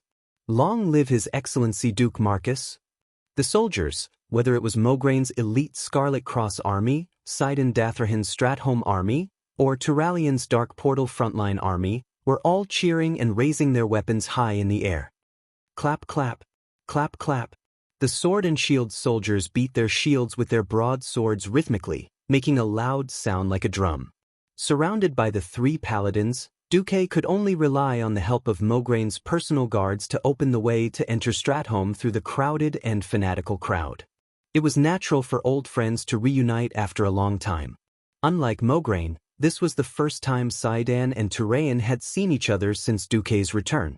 Although Turayan was more of a listener and a doer, he asked almost as soon as he saw Duque, "How are Theon and Gavin Rad?" "Not bad. At least those two can practice with each other, and then they can discuss the holy light with the Virgin Saintess." "The Virgin Saintess? Does she sound like a beauty?" Sidon whistled a little frivolously. Duque had a strange expression on his face. If you ignore her height of more than 60 feet and her stone-like skin, as a titan, she is indeed a beauty. Sidon did not know much about Karazhan and was momentarily embarrassed. However, he who was a bit more lively and jumpy immediately laughed. "Then I really want to see who among us exceptional talents is stronger.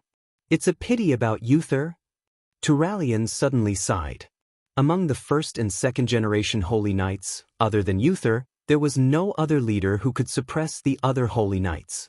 Logically speaking, the remaining 6 first-generation Holy Knights were all qualified.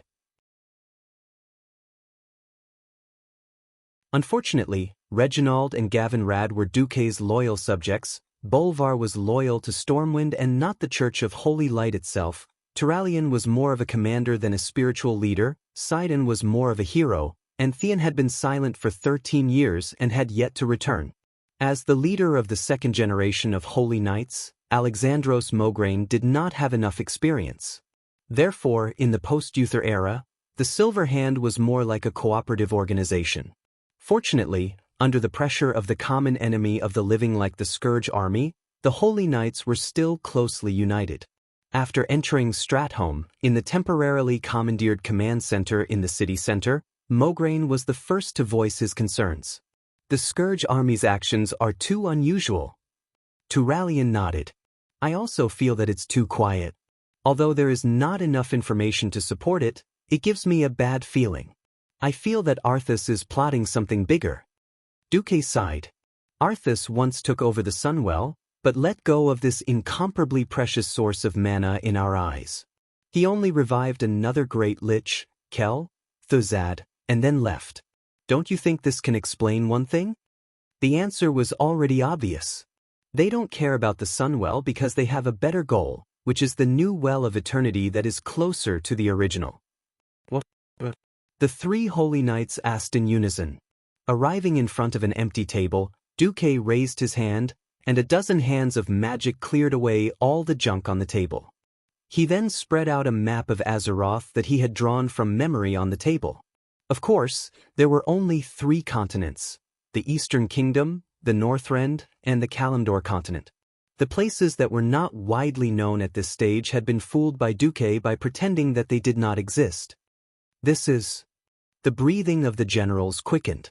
The drawing of every map was a huge amount of work. Moreover, it could be misled by old maps, the weather, and all kinds of magical accidents that caused the drawing of the map to be very inaccurate. No one knew the importance of an accurate map better than these generals who had been leading troops all year round. Now, this big map that Duque had made based on his memory in the game was 4 meters by 4 meters in size. Although the making of the map was very characteristic of the game, in this era, even the military maps only had rough black lines. Compared to Duque's map, which had specific places, regional boundaries, and major monsters, it was simply a national treasure. This was not a joke. If it wasn't for the fact that the Alliance had been fighting as a whole for the last 10 years, the specific topographic maps of each country would still be hidden in the military headquarters of each country. Duque pointed to the place in his memory on the map. "I don't know what the Scourge army is going to do. But if those bones want to go to the Well of Eternity, then they have to at least find a way to cross the endless sea to reach Azhara, then break through the powerful Night Elves' defense circle, and finally reach Mount Hyjal. The World Tree, Nordrassil. Thinking of the most powerful World Tree of this era, Duque couldn't help but feel a little dazed. All right, the stage and script were ready. When would the actors come on stage? At this moment, in the Dalajan city, Arthas walked in the ruins of the city. The dark clouds that had accumulated in the sky above the city turned it into a cold, eternal night. It felt good to be back in the cold. The elven kingdom of Eversummer was filled with the fragrance of flowers and vitality, making him feel uncomfortable. It always reminded him of the Lordaeron Palace garden that he used to play with Jaina when he was young, and of the goldfish in Barnell's farm. Now he liked this place even more. The ruins played out decadence, death, and despair. The cold wind cleansed him, and the cold suppressed those memories. The emotions brought by the memories no longer had any benefits to him. It only brought weakness, and in Arthas Menethil's heart, there was no room for weakness. Suddenly, Kel Thuzad came. He bowed with his bony body. Everything is ready. You're tuning in to the Wang Lin's Journey YouTube channel.